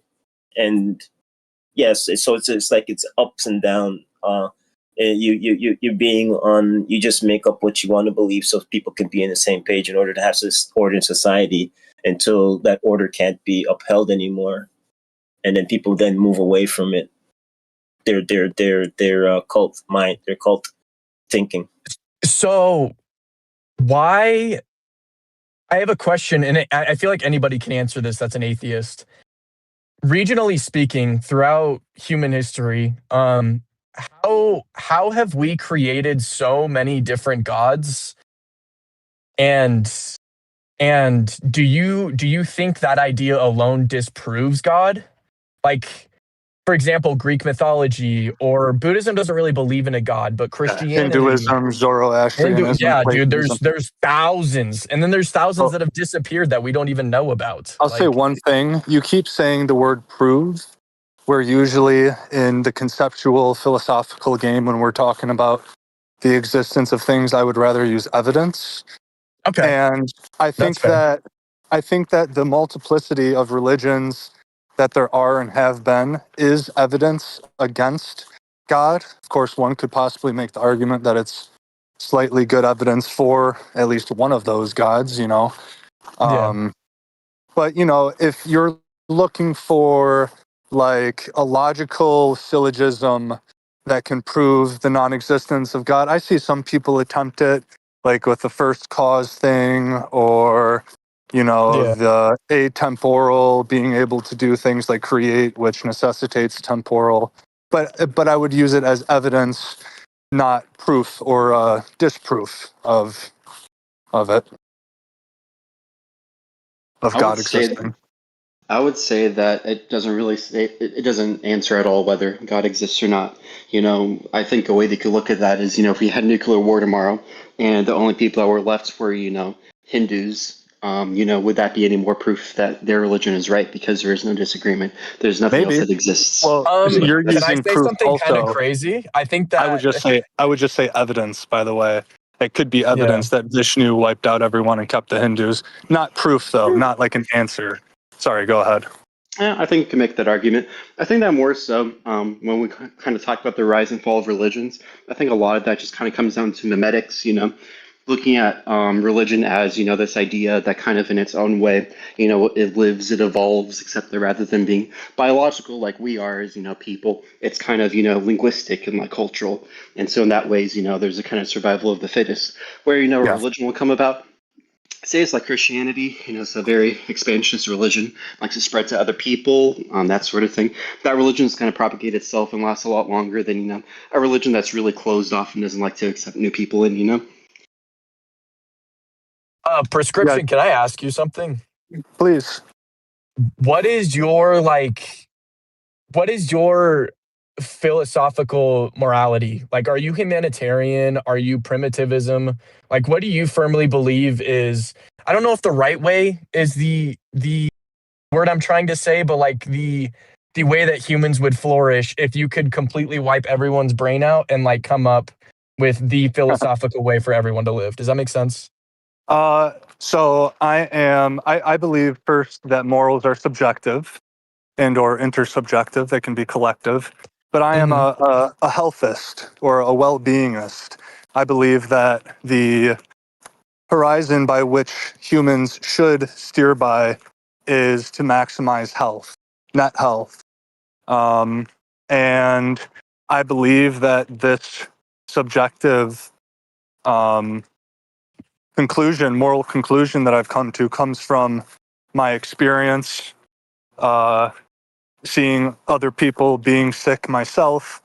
And I feel as though that is the best way that so far I've concluded. There could be a different way, right? Maybe one day I'll be convinced that egoism and just purely satisfying my libidinous and my animalistic nature is better. But I right now I currently believe that all humans, if we were to take the Men in Black blinker thing to erase their memories, I would that's an interesting moral question, but like if I were forced to program some morality within them, minimizing their autonomy in a way, it would be for them to maximize health for themselves and those around them.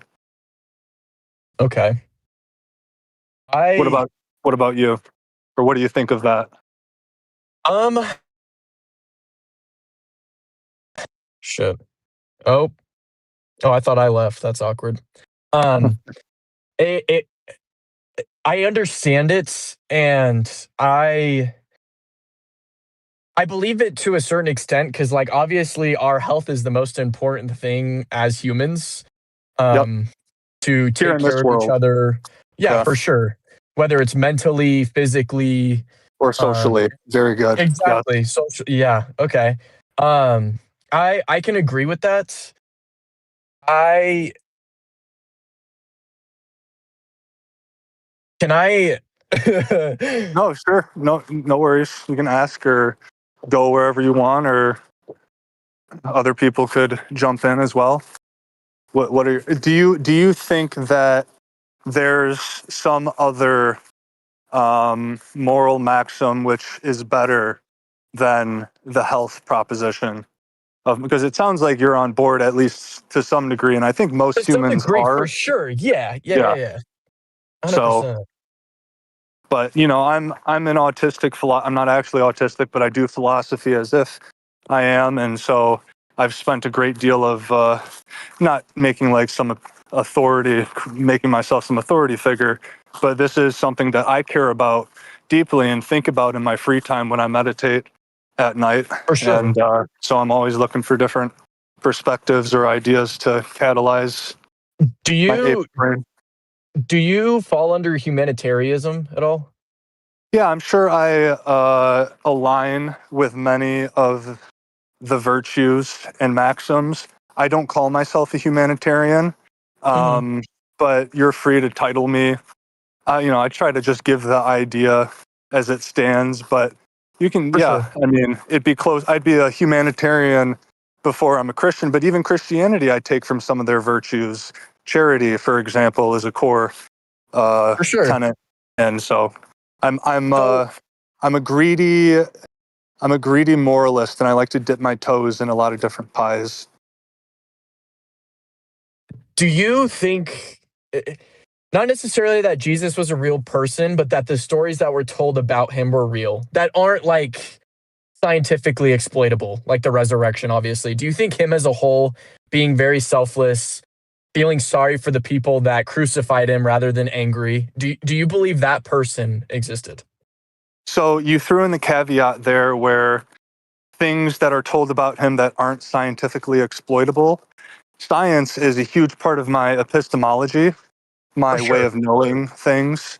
So if I like try to take myself out of that standard and do a non-scientific standard, I'm sure that I'd be able to grant many of the stories, curing blindness, turning water to wine, the resurrection, as you said. But of course, from an external critique that I'd give, I would use science and things that we would expect to see, and maybe even a logical syllogism for it.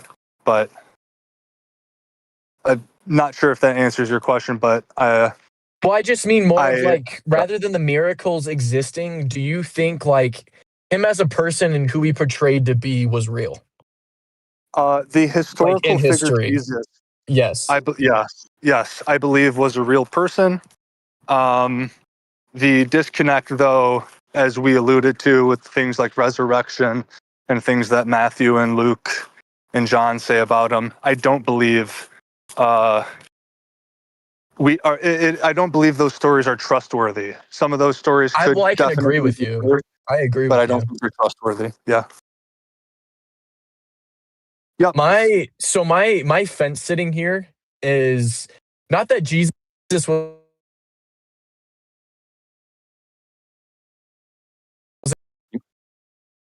Am I breaking up? Or no, it's him. Okay. Welcome back. Hello. Yep. Go try again. What's your fence sitting that you were saying? So my fence sitting is like people like Jesus, for example, in history. Like I said, I don't think he was a god like portrayed in the book, that he was the son of God, whatever, blah, blah, blah. It's more so of that the fact that we've had people that feel that way about humans and have achieved the lack of self in a way, or as psychedelic users call ego death, but it's like a permanent ego death sense where I don't matter unless the people around me come first, is kind of, I don't want to say my proof in God, but more so that God is in us, if that makes the moral argument for God. It sounds like what perhaps you may be alluding to. Yes. Yeah. My theism is, and this is the only way to like conceptualize it because there's really no explanation. But if God is what I think it is, it's an experiment of things that God can't fully accept or comprehend and is hands off of, and is experiencing every possible emotion, thought, and story within the human creation all at the same time to gather the I guess the information of the universe, or maybe he's bored, or it's some kind of experiment, if that makes sense. So I'm going to respond to that one last thing, and then I'm going to open the mic to others. Very interesting ideas that you're putting forth. I believe that I alluded to this earlier, that the reason that I believe in the moral framework that I do is because of my sentiments. because of the dopaminergic connections and serotonin and dopamine that's released, my thyroid, my hormones. All of these things seem to have, from a scientific perspective, seem to come from or seem to influence our behaviors and our beliefs. There's also something cool called the Libet experiment, I think it is, and I might be confusing it with something else, but essentially the conductors are able to predict what the subject is going to do or say, some 0.8 or 0.08 seconds or milliseconds. I forget. Well, the point is they know what they're going to do before they do it. Yeah. And so, like predictability. Yes, they're able to predict with some very high confidence rate that they're going to do X, Y, or Z. So, and so, lastly, I don't believe I have any good reason to believe that it's God or a mind-independent God. I'm unsure if you are speculating about a mind-dependent or mind-independent God, where he would still exist if all humans cease to exist. But I don't believe that our morals come from that thing. And feel free to respond to that. But I'm I believe in a talking like, mind dependent God for sure. I wouldn't gotcha. say it's independent. Yep, I figured. Anyone else want to spar here with Garrett? Perry, I wanted to ask you a quick question. Okay. When you said that you believe that everything comes from your sentiment, you think like when you make an argument that shouldn't those sentiments be brought up as well?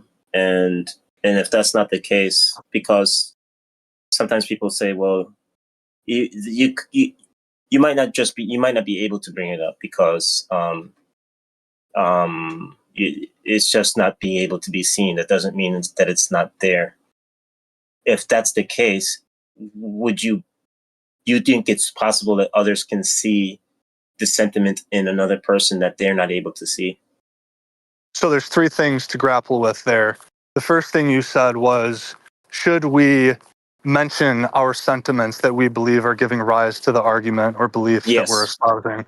I don't believe that we necessarily should do that as some categorical imperative. I believe that there are probably good times where bringing that up would be fruitful to a conversation. Like, I'm feeling just a bit frustrated because I've had to repeat this a few times. I'd like to focus on this proposition here that I feel is being unheard. Or, oh, I'm really glad you said that because I agree with this, but where we disagree, something like that. The last thing you said. Well, I said give a reason, and if that's the case, shouldn't you mention the sentiment? If that's the case, if you have a good reason to, I would say, yeah, but yeah. Because that could be I think that should be a factor, because the sentiment can be a very strong factor, like somebody dear to the person. If you're to your interlocutor, they should know, like, oh, okay, this happened to be your mother, Yeah, I hear you, Nev. that was left out of the equation, and it's like, well, right. that brings in a different perspective, and the thing about that is, if it can't be seen, do you believe it's possible another person can see the sentiment that another person can't see? Because I believe people have different experiences and different perspectives, so I think that is possible. Like, I'm losing everything you're saying the more you talk. Let me just answer a few of those things and I'll give it right back to you. I think that yes, it's possible for an interlocutor to see from a behavioral lens the interlocutor's psyche. But, of course, many times, at least I notice when people try and mind read, they're wrong about that mind read, right? So the best thing that you should do, but they're communicating. Hang on. The best thing you should do is ask your interlocutor whether or not, they're feeling this way or that way. To your point about like a sensitive sentiment that may be kind of heart dragging on them, I believe that I would probably police my tone and the words that I say. I mean, you know me, I'm like a sarcastic guy where once I know you for a certain period of time, I'm going to say a potentially insensitive thing if deployed incorrectly. So if I make a joke about like rape or your mother dying, I mean, that's one that I probably wouldn't flirt with. But, and it could be as sensitive. If I know that someone's sentiments are very built up and are affecting their health, their mental health, then yeah, I'm not going to bully my way in order to make a joke. I have a much bigger inventory of humor to go as far as doing that. Yeah, so, but just to, because it sounds like you're saying that we should do this all the time. I don't think that it's necessary in every interlocuting conversation to tell the person how we feel with each other. Only when reason suggests itself for us to do that so. that could be a huge factor, because a lot of times yes. I'm explaining how the problem. Yeah, like a mother dying or like a rape happening, right? Or they don't know where you're standing on the things that you bring up that are very sensitive to them. If you're coming from a place of malice and you just and hate, then they'll be defensive and less open.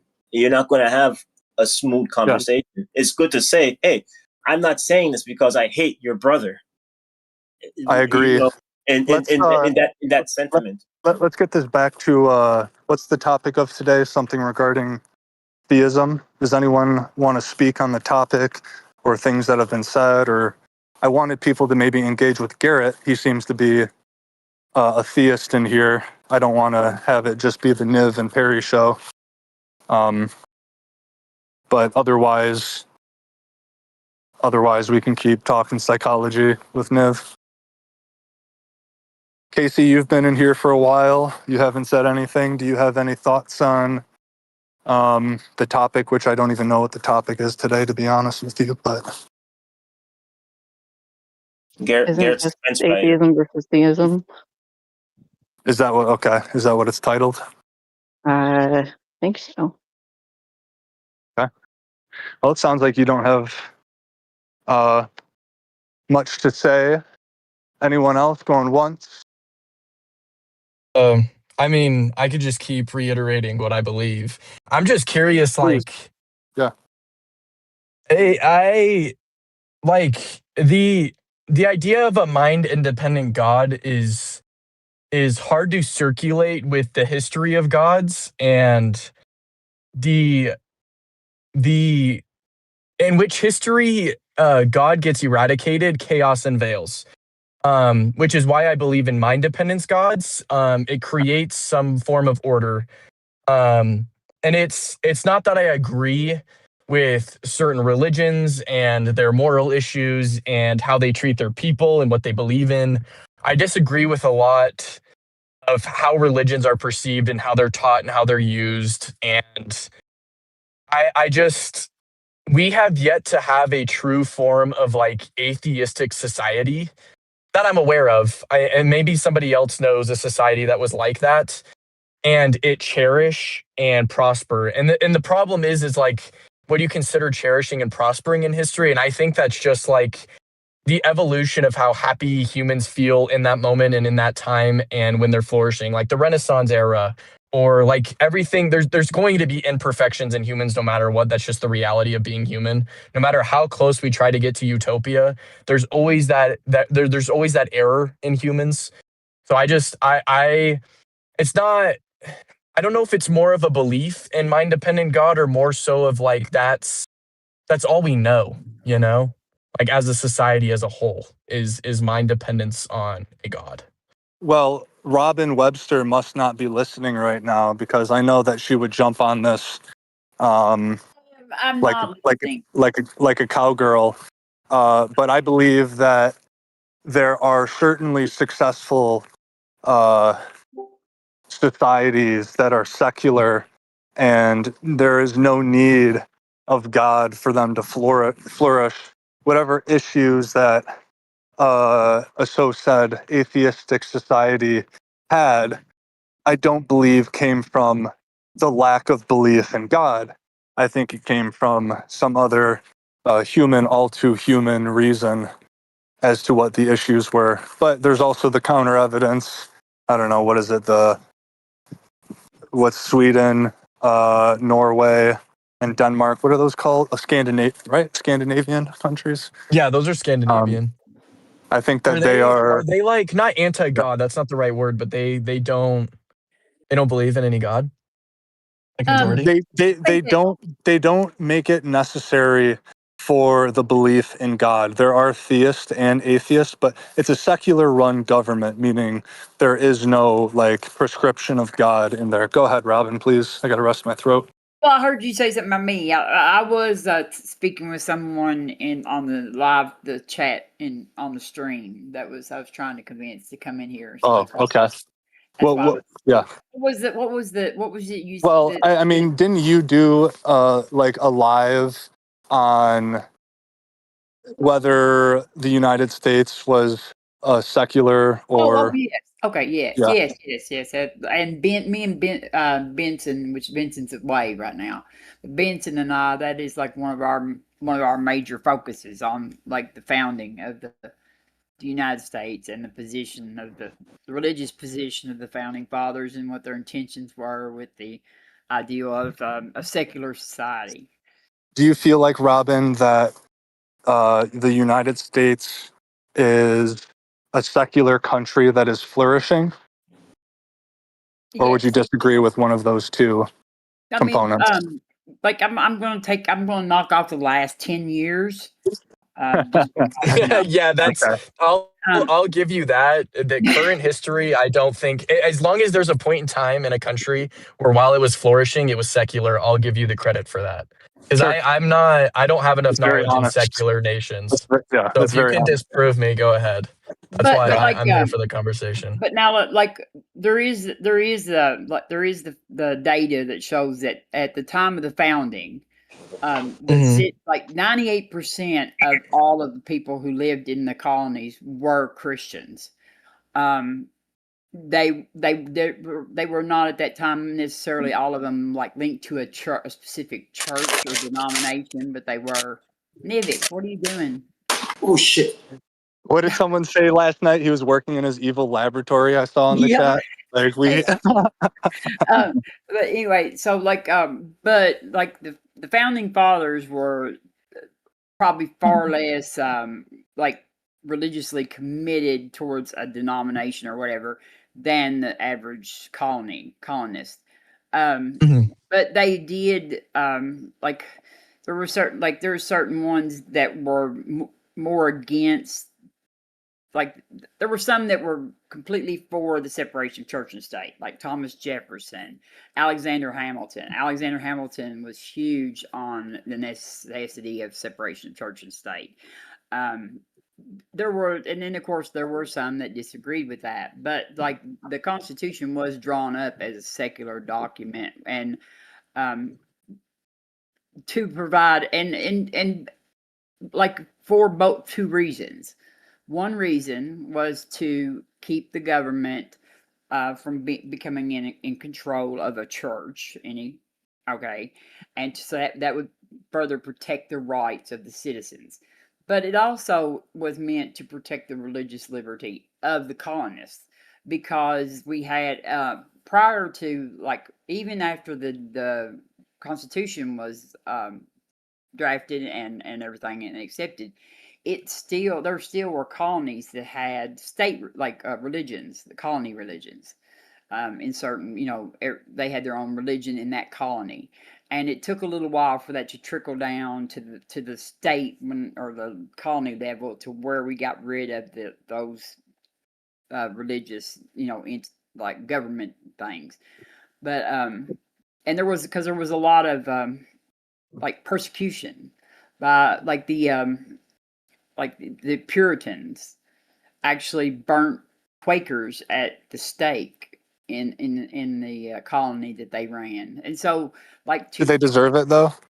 No, Quakers were some of the most peaceful people on the planet, but so and like that's why the letter that everybody talks about with John Adams from the Danbury Baptist when they wrote the Danbury Baptist and were asking. Yeah, he's basically calling himself an atheist, right? No, in the Danbury Baptist letter, the Danbury Baptists write John Adams and tell him that they're fearful that this other sect of Christianity is going to, persecute them. And John Adams writes him back and tells him that this, that we were not founded on Christian or whatever, and that they did not need to be persecuted. They would not be persecuted. So who was the founding father that basically said that the Trinity is illogical and declared? Well, that would have probably been Thomas Jefferson. Thomas Jefferson, took a knife he threw out the whole Old Testament. The Jeffersonian Bible has no Old Testament writings in it.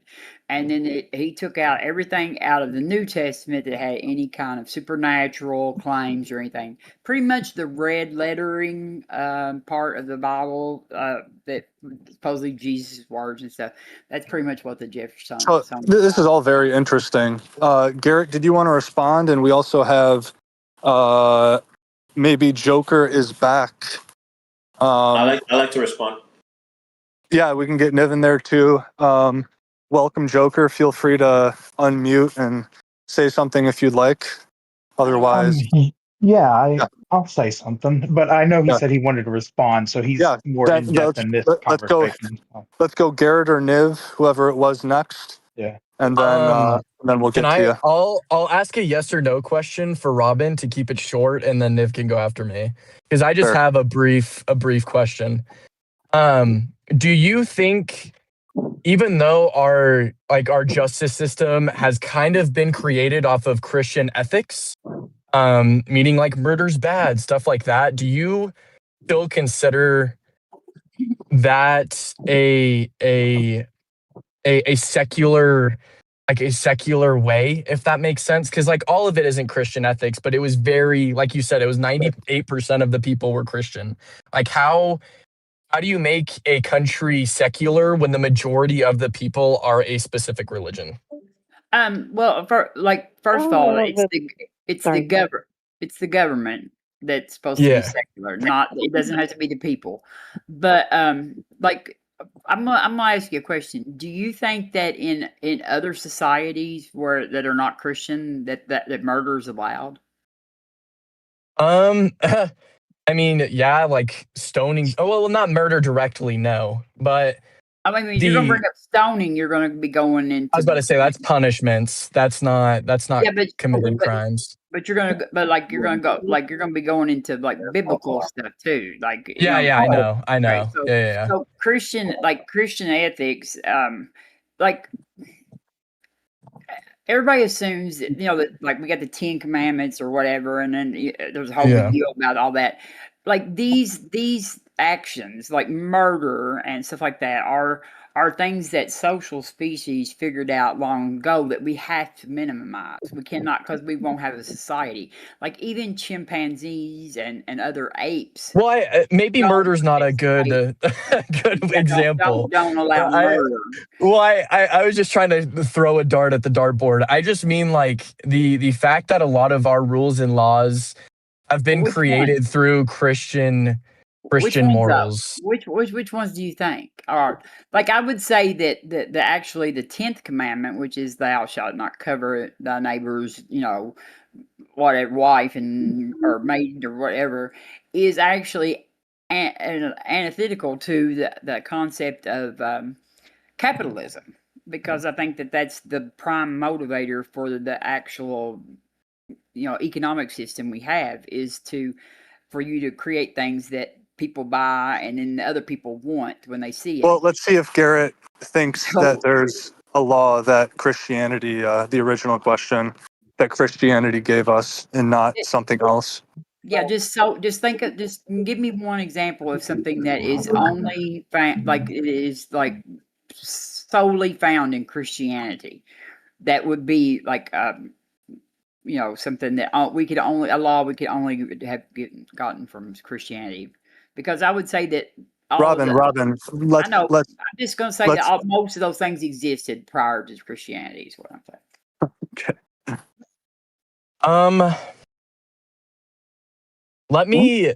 Can I ponder your question? Because if I'm being completely honest with you, the basis of what I go off of is like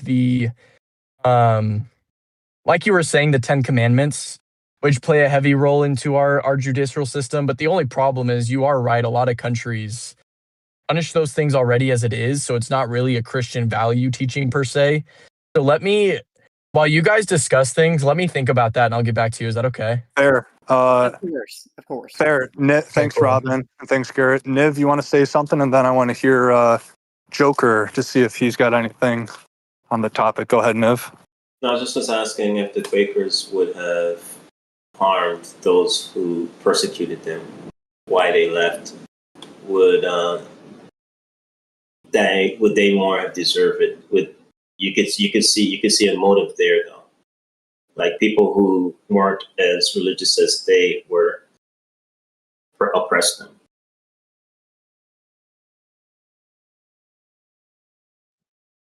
Quakers were very peaceful sect.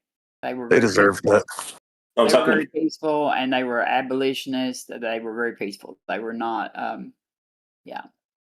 I was talking to Puritans, if they would have been justified. The Puritans were very less peaceful than other sects of Christianity. Yeah, the oppressors who were less religious, they would be more justified they'd have been justified to attack them. I don't know about justify. All I can say is that's why the founding fathers wanted to separate government and religion, because they did not want the various sects of Christianity to be fighting. I will say this though: the founding fathers, most of them considered religion, even if they didn't actually accept it for themselves. Like George Washington went to church, okay, but he did not. He was not. He didn't believe in like the supernatural part either, actually. But so, and we know from like John Adams and Thomas Jefferson and stuff that they didn't believe in the supernatural, but they considered this necessary for society. They considered some sort of, that's why they didn't care if you were Muslim or whatever, but they felt that religion was necessary because they felt that was necessary for morality. They did hold that religion was the necessary component for morality of the public or of the masses. Yeah, I was like saying, like the Quakers are like the ex-boyfriend of the past oppressors. They didn't have an extreme belief in God like their oppressors did. So the Quakers believed in God a lot. They just didn't. They were just a very peaceful. I'm not arguing that they didn't believe in God. I'm just saying, based off of the Puritans' past experience of people who oppressed them, who weren't as religious as they were, coming across the Quakers, they're like the ex-boyfriend. Like sometimes when people come across another that reminds them of who they used to be around, they treat them the same way because they look the same and they're the same nationality.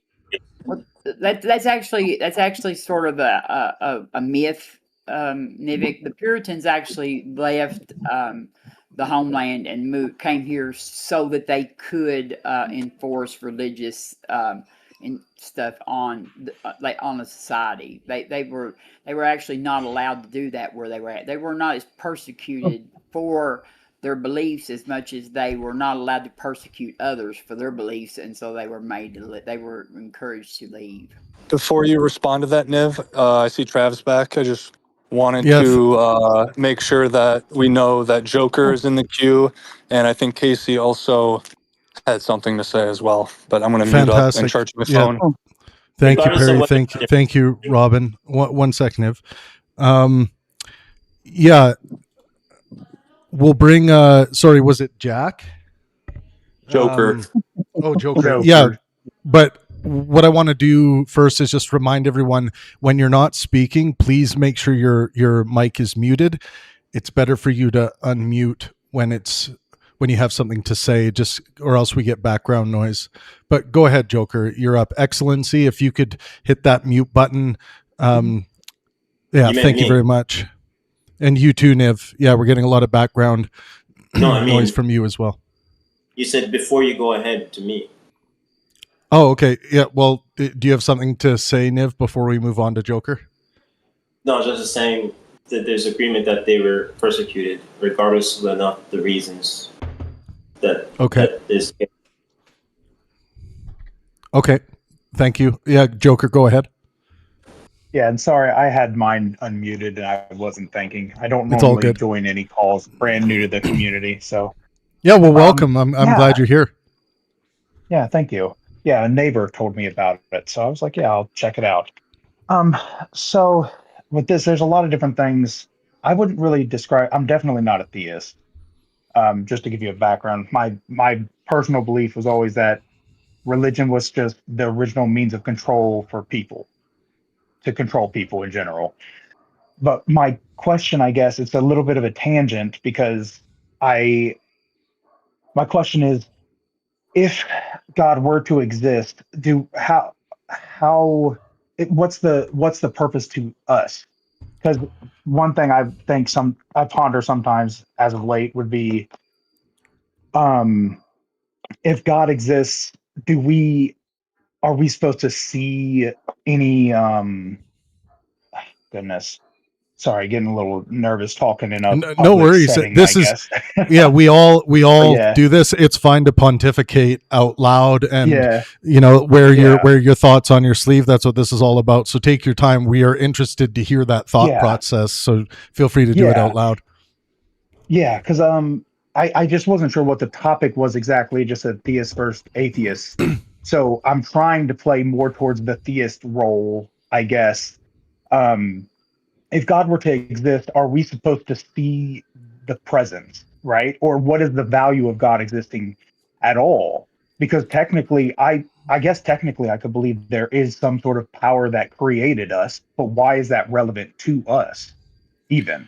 Well, I mean, if it's a view our personal reality- God, yeah. right? If it's a personal God, there's Yeah. like if it actually is the Christian God, there seems to be good reason, even by a moral well-beingist standpoint, to perhaps follow and adhere to that God, because it would seem quite irrational to almost any discernible purpose if in fact God did demonstrate himself to people, that you would probably want to avoid hell. And I'm saying if that in fact exists. Like there are a lot of neck bearded atheists out there, and I used to be one that would stand there and say, oh, well, if the Christian God was demonstrated to exist, I will gladly take my place in hell. Well, if hell is this place that's just like eternal torture and suffering, I would, as a moral well-beingist who now also believes in God, I would implore them to I understand you don't like some things about God Almighty, but I don't want to see you actually tortured eternally. Now, does that mean that this God is morally good or righteous fundamentally? Absolutely not. Not to me as a moral well-beingist, but there is an offer there that I would extend to myself, that I would also think about for my children, where it's it would mean a lot if in fact that God exists, with regards to what I would think is best for my children's well-being and their future after this life. So I gotcha.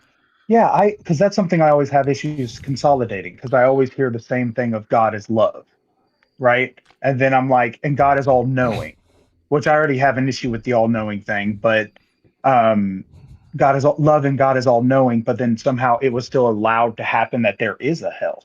Like by extension, he is the creator of that. So Yeah, I have the a hard problem time of like evil. justifying that. That's Christian, yeah. Like Yeah. that's Yeah, you can like go you bring ahead. up, like the problem of evil is a serious problem for anyone that wants to point at the design and say that anything God does is good. Anything within God's Yeah. design is good. I can simply point to one, and I'm telling you, one single case of childhood leukemia that if I had the power of creating everything in the universe, including everything in reality, including the potentiality for things, I could delete just simply one case of childhood leukemia from that design if I had the power of the Almighty, let's say, and I could delete one case and improve upon the design. What's telling me that? It's my human moral sentimentality that's telling me that, based on how I feel about childhood leukemia. But I think regardless of how God would try to justify that to me, it seems unjustifiable from like a design perspective. Because if God was like, well, I had to have the childhood leukemia because some people need to find me by way of that suffering, I would say I don't see that as a reasonable justification to make a child suffer like that who's like seemingly innocent of some of the greater sins you care about and all of these other reasons. So I just don't the problem of evil there's a lot to be criticized there, I think. Yeah. And that's why I said, like, I know, because I know very little about religions in general, but like this is the Christian religion that I'm saying this upon. Like that's always what I hear.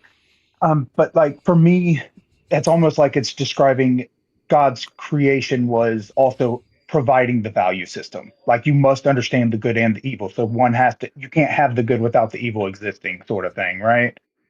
But my belief system, I guess, like if there is a God, it's more like a computer programmer.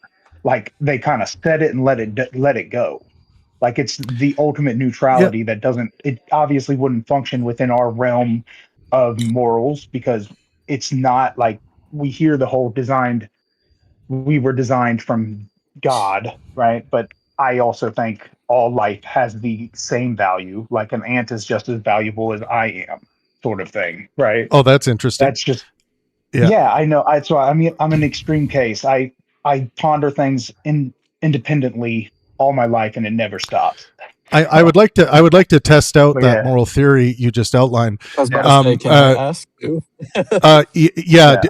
Just 1 second. I just wanted to outline to you, Joker, that if you research deism, deistic type of gods, and maybe you already have, I think that computer programmer who would press go and then kind of be done with the creation would be kind of like a deistic kind of god as opposed to a classical theistic god. However, I tend to put deists and theists together with regards to atheism, because atheism is a lack of belief in gods. Deists and theists both hold a positive belief in God existence propositions. Gotcha. So I kind of do lump them together. But practically, and with regards to the definitions, those things do play out very differently. The difference between a personal God and a God like a deistic God like Spinoza's God. Yeah, thanks for elaborating that, because part of the reason why I wanted to join the community was to learn more. I'm not the most articulate. I don't know a lot of different things, and I don't know like deism. I didn't even think of that to look into that, right? What word I would have even looked up for that to come across it. So it's beneficial. That's a big reason why I wanted to join this, is just learn more, because I enjoy that. Fantastic. You seem like a very good faith, helpful person. By good faith, I mean sincere and honest with your intentions. So I think you'll really enjoy this community, and I'm glad you joined. Let's let Garrett get in with a question. I think you had a question, and then I have a follow-up question to your view on the ant and the human being having equal value. Yeah. So So, Joker, do you value the human life to like the ant life? Is that what you mean by like all life has value? So Like it's pretty equal? much, yes. Yeah, Are you I vegan? do. No, I'm not. I actually, so the thing is I don't even like killing bugs though.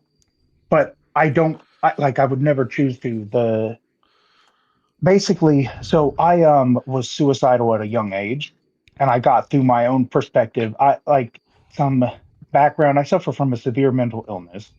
And I also was recently diagnosed with autism, and I'm 36.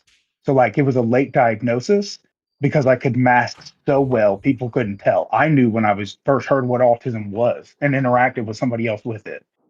Um, so I was suicidal at a young age. So the way that I basically justified everything was saying that we put ourselves on a pedestal all the time. Like even in religious texts, like we're modeled after God, or I don't know what, we're created in his image. That's what it is, right?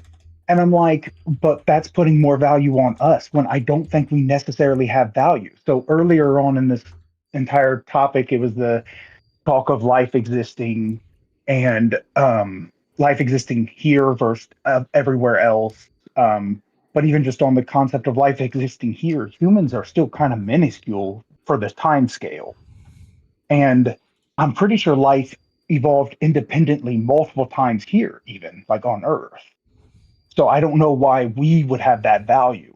And the sense of like the things that are why religion is important based on a moral standpoint still just seem like biological eventualities, I guess would be the term. I don't know, like chimpanzees grooming each other. It's beneficial for the group.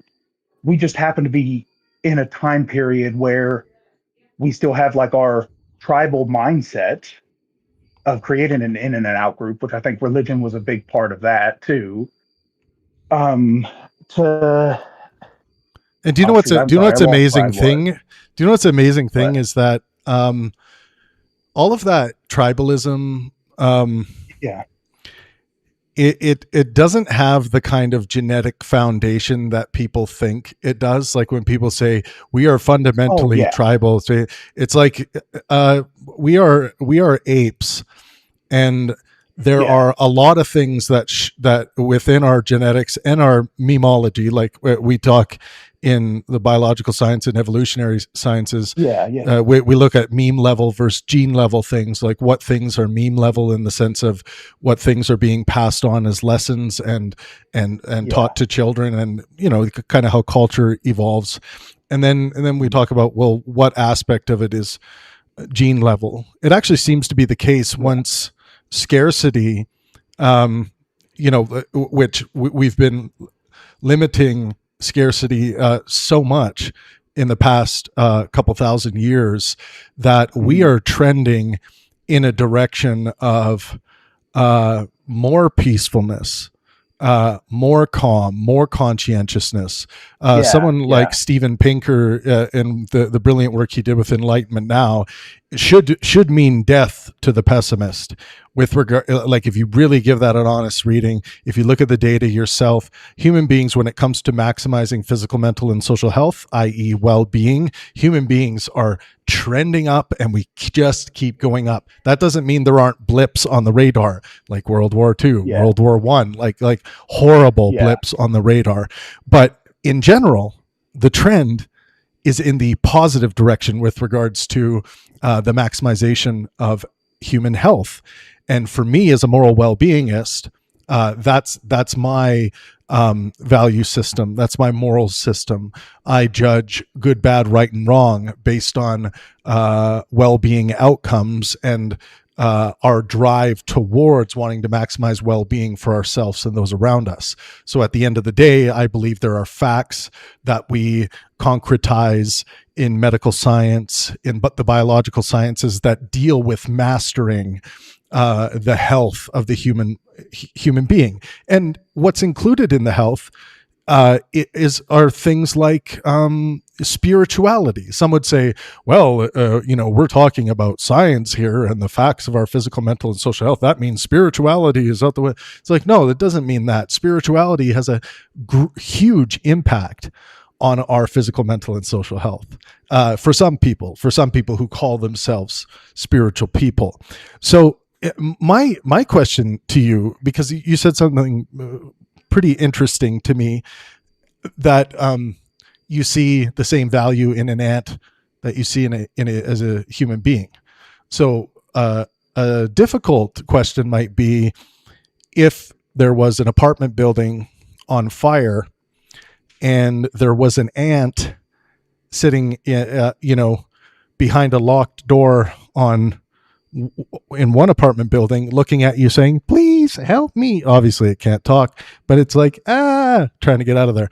And then you saw a 3-year-old child in the other apartment building, and you only had time to save one of them. I think I know what you would do. And I think it's because you value one more than the other.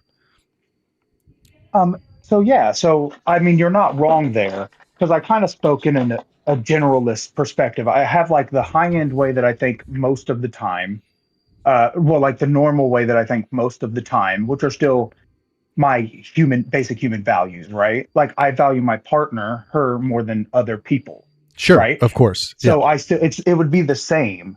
I don't know if that's because of a species connection. I couldn't tell you for sure, probably.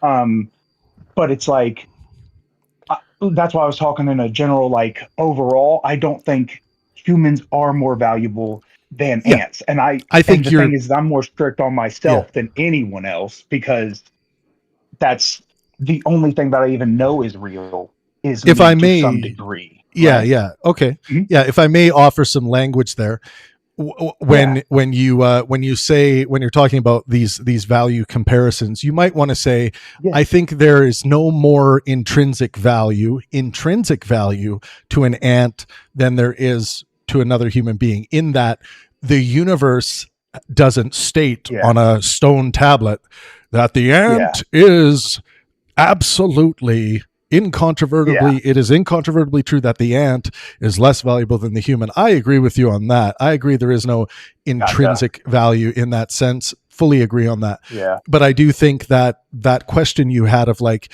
you wonder where it comes from. Does it come from you? I think something that's almost certainly the case is that our values are born of our sentiments, how we feel about the experience that is unfolding before us.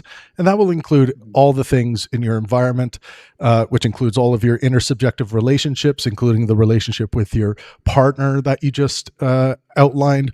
All of that stuff weighs heavy on our hearts, i.e., weighs heavy on our sentiments. And I think our sentiments do that selecting for us, and that value hierarchy is made concrete by way of our sentiments. So, and I think that's been made pretty clear to us in cognitive science. That's how we do that assessing. That's how those hierarchies are created. And and I asked the ant versus toddler situation just to tease out, which I thought was the case, that you were speaking about intrinsic value, not value like moral value, right? Your own personal moral value. Yeah. Okay. Gotcha. Yeah. Thanks for posing that question. Then I did just want to, because I don't want to monopolize all the time, so I did want to just say two more things, I guess, real quick. Sure. One was like when I said the tribal thing too. I wasn't specifically talking like. So what I was trying to get at is like, technically our brains are not wired to be running on this phone all the time, interacting with as many people as we do. Like we still are technically wired to be like function in a different world. Technology has evolved so much faster than we can to keep up with it, is all I was trying to get at with that, basically.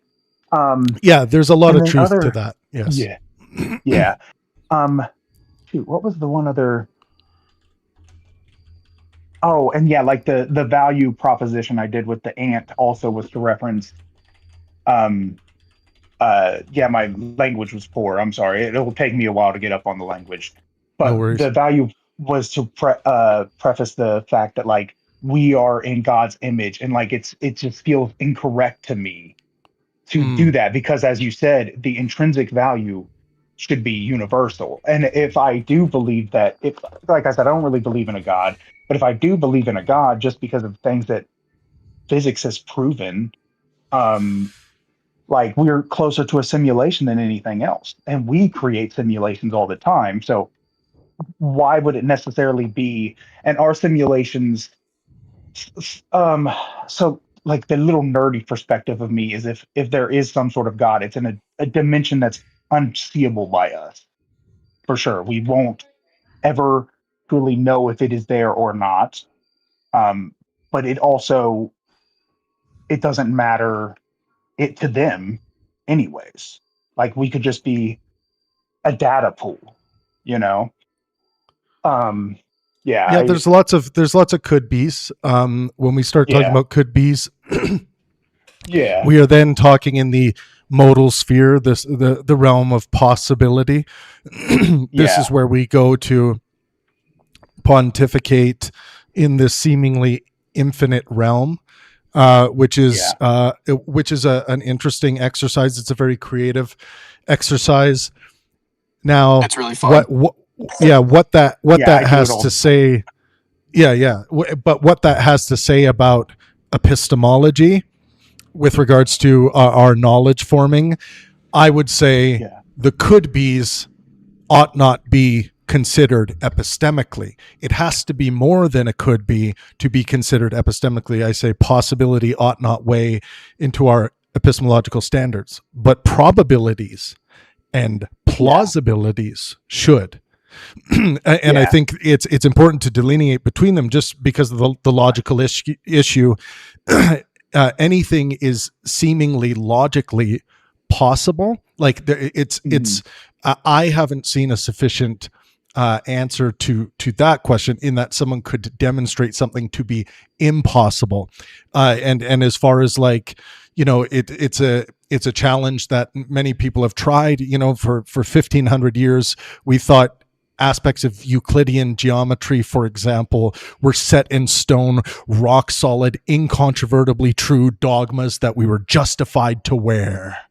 And then all of a sudden someone comes along and shows, I mean, 1500 years is a long time, but then they show how this aspect of Euclidean geometry that I actually include in my chapter of my forthcoming book on fallibilism, I just show how human beings, you know, and we're talking about millions of people for so long thought that this was, you know, solid in stone. So we have a tendency to do this when we think we have found something that it's impossible to find a contradiction for, like the logical absolutes, the law of identity, law of excluded middle, etc. I don't see any worth in playing this delusional game of putting our stake in the ground and saying this is absolute forever. It's at least possible, to tie this back into the modal sphere we were talking about, the could be realm. It's at least possible that tomorrow a possible alien, a possible God, a possible human will show us the contradiction, and then we'll be like, oh, okay, yeah, I guess we were wrong about that particular dogmatism. So, you know, this is why I promote fallibilism as my first top virtue. It's reflexive in that it applies to itself. It comes with my corresponding maxim that certainty is almost certainly unattainable, and it just means and is there to remind us that we are, by our very nature, always open to update, and it's a good thing for us to promote as a virtue our openness to update, so we don't fall into these logical traps. Travis. I was going to say, could I say one thing real quick? I'm sorry, you probably will have to correct me on language a lot, but I guess my point was just, it is highly probable that we are a simulation. Would that simulation have had to have been created by a god? So it's highly probable that we would be a simulation. I just don't know. Yeah, I don't know where else to go with that. I just because there was like a Nobel Prize in physics proving that. Yeah, kind of thing, I would say I don't think the answer is that it's highly probable that we are in a simulation. I'm just going to read something into the record here, and then we can get some responses. Yeah.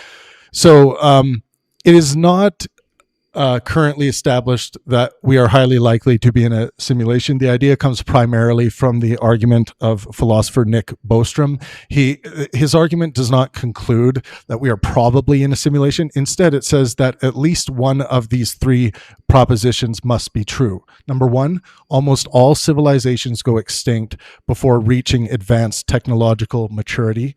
Number two, advanced civilizations rarely run large numbers of ancestor simulations. And number three, we are almost certainly living in a simulation. So here's the, I want to put that into the chat here so people don't lose track of these three points presented by Nick. So the argument is conditional. If 1 and 2 are false, then 3 follows. The problem is that we don't know whether 1 or 2 are false. So we can look at 1 or 2 in the chat there. Reasons some people think simulation is plausible. And that's kind of what you're talking about here. Computing power has increased dramatically. Humans already create increasingly realistic virtual worlds like World of Warcraft, etc. A sufficiently advanced civilization might be capable of simulating conscious beings. We will almost certainly get to that point. If such civilizations create vast numbers of simulations, simulated minds could outnumber biological minds. Reasons many philosophers and scientists are skeptical or sometimes cynical about this. We have no direct evidence of a simulation. That's a big problem. We don't have, we don't know whether consciousness can be simulated. I think this one is starting to be diminished, but we still don't have a working theory. This is an interesting thing, and we'll do an episode on consciousness soon because it's a great one. It's a great topic because we don't actually have a working theory of consciousness in science. Theory being the highest achievable thing in science, a working model for consciousness. That's why you see a billion books on consciousness, people being like, I think consciousness is a field. Like you get a trillion books on consciousness. The computational requirements might be impossibly large. This is some of the predictions. The argument relies on speculative assumptions about future civilizations. So there's a lot of speculation there. Alternative explanations for reality don't require positing simulators. So what do experts think? There is no scientific consensus that we are likely in a simulation. Most physicists regard it as an interesting philosophical possibility. Remember, we talked about the realm of possibility, the realm of imagination, the realm of could be. So possibility rather than an established scientific hypothesis. Now, from a Bayesian perspective, most of us engage in Bayesian reasoning, in that we update our beliefs when evidence is presented that ought be taken into consideration. If you start with a neutral prior, and we're going to see priors mentioned a lot in Bayesian perspective. If you start with a neutral prior and ask, what evidence do we currently have that specifically favors a simulation over a non-simulated universe? The answer is essentially none. Our observations are largely compatible with both possibilities. Possibilities, realm of... In Bayesian terms, the evidence does not strongly update the probability either way. So the most defensible position today is it is possible that we are in a simulation, but there is currently insufficient evidence to conclude that it is highly probable. Now, that's where the academics are at right now. Just as a consensus. That doesn't mean everyone has to believe that. Someone might have an interesting challenge to that. But I would say that it's important for us to care about expert consensus on these given topics. Yeah, thanks. I had a question. Just how do I go back to? Is anybody on their phone on this? Because I don't know how to actually go back to the chat to view it. Because I was wanting to pull up what you said. Oh yeah. Sorry, if you click because you're new to do it. You're new to Discord, right? So up in your top corner. Up in your top corner on your phone, you should see something that says chat, or it'll be a little chat icon. That's looks like a little white Mario ghost without a face. Click that thing. Yeah. And then you should be able to scroll up and you'll see where I dropped Oh, okay, right. 3 little pieces of information there. Can I, Travis? Can I? Yeah, go ahead, Robin. I've been speaking in chat. Was I speaking to you in chat, Joker? Oh, I don't think so. And yeah, my confusion was the local reality. I thought that meant it was probabilistic since there's no local reality. Okay. Well, but yeah, no, I don't think you were talking to me. Okay, all right. I had invited the user here, Excellency. It was someone that I was speaking with in chat and asked to come in. Oh, we should bring in Excellency now. I think that's a good time. Thank you, Joker. I told him, whatever, if he wanted to introduce himself or whatever. But yeah, I had quite a bit of conversation with him in chat. So. Oh, fantastic. Sorry, yeah. I'll review chat now. I'm muting. Yeah, things. okay, It cool. took me too long to find it. Thanks, Joker. Appreciate you. Yeah, thank you. Yeah. Excellency, if you want to unmute and test your mic out or whatever, feel free to do that. There is a little unmute button on your screen. We'll give you time. Whenever you figure it out is fine. But yeah, simulation theory is very interesting, right? Yeah. Do you have something there, Garrett? I saw you unmuted. I mean, yeah, if I can fill the void a little while we wait for Excellency to come back. I've pondered the simulation theory, and the problem is that it's highly skeptical, meaning like there's no confidence behind the claim. But the idea of our lack of knowledge with quantum physics, quantum gravity, anything along those lines, and how, I don't know if linear is the right word, but they try to describe it as a coding that we can't decode, which is like why the simulation theory is even a possibility. And you can correct me if I'm wrong. I may have misinterpreted the whole thing that I read.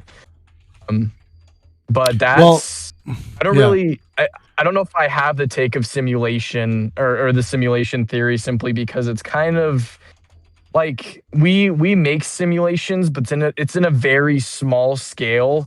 And like you could say that our world or looking out from in is very small, but like in our eyes, our scale of the universe is not, we can't even like conceptualize. So I wanted to hopefully put to rest kind of a little bit of a platitude I hear a lot with regards to quantum mechanics. Quantum mechanics, and we should describe it as quantum mechanics because it's a new mechanic. It's a different mechanic than classical mechanics. It's not a new physics. So we shouldn't call it quantum physics. We should call it quantum mechanics. Okay, just fair, a small fair. language update. Yeah. Quantum mechanics is the most successful scientific theory we've ever created with regards to the standard model, with regards to the 10 to 15 decimal places of accuracy that we can make predictions. It's an insanely robust field, deeply interesting in that there is the current probability nature of the functioning of quantum mechanics. That's a very interesting aspect. But if you had 2 rooms and you in one room you put everything we know about quantum mechanics in that room, you're going to fill up that entire room to the brim. And when we start asking the question of what we don't know about quantum mechanics, I have a list here of about 5 things. Now, these 5 things are pretty interesting questions. A lot of them don't seem to be in the way of us being able to use quantum mechanics in technology and things like this, at least where things are at right now. Surely this would be improved greatly when we crack some of these remaining codes. But like here's what we don't currently know: why measurement produces a single outcome. This is the famous measurement problem. The mathematics says a system evolves into multiple possibilities, yet we experience only one result. Nobody knows exactly why yet. We have competing explanations. The Copenhagen interpretation, which I think is probably the most popular, many worlds interpretation. And I'm not going to go into these interpretations. People who come across this transcript or the content, or they hear this, or you can take notes. You can look at these. You can get some pretty basic explanations. The Bohmian mechanics, and then objective collapse theories. There's a few of them. There's no consensus yet that exists here.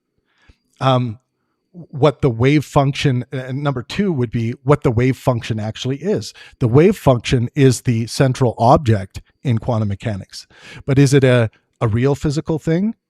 This is an easy answer for me as a physicalist, but I digest, as Perry says. So is it a real physical thing? Is it a representation of information? Is it a description of knowledge? All of those things, to me as a physicalist, as my ontological position, my first principle position, my metaphysical position about reality, I am a physicalist. Physicists and philosophers are in disagreement with regards to the wave function. And of course, some people will say, well, why do philosophers matter? Well, philosophy comes first, then science. Philosophy of science, then we get into the praxis or practice of science. So there are taxonomical and categorical things to say about how we organize things. The universe doesn't tell us what is the best way to organize things, like the periodic table with chemistry. That's an ontology that we came up with, works pretty well, but it doesn't mean there aren't better ontologies out there. But that's just what we decided on by way of doing philosophy of science. So then number. Sorry. Okay, yeah, sorry, you have a question? I apologize. We have three more left. Yeah, and then number three, why probabilities appear. Like I mentioned earlier, mm-hmm. Quantum mechanics predicts probabilities, not definite outcomes. We know how to calculate them using the Born rule. We do not know why reality seems fundamentally probabilistic or whether it actually is. So the seeming there is important. Seems probabilistic. There are a lot of physicists who think that seeming is just a gap in knowledge. There are some that think that probabilistic is just the real function of quantum mechanics and the corresponding notation.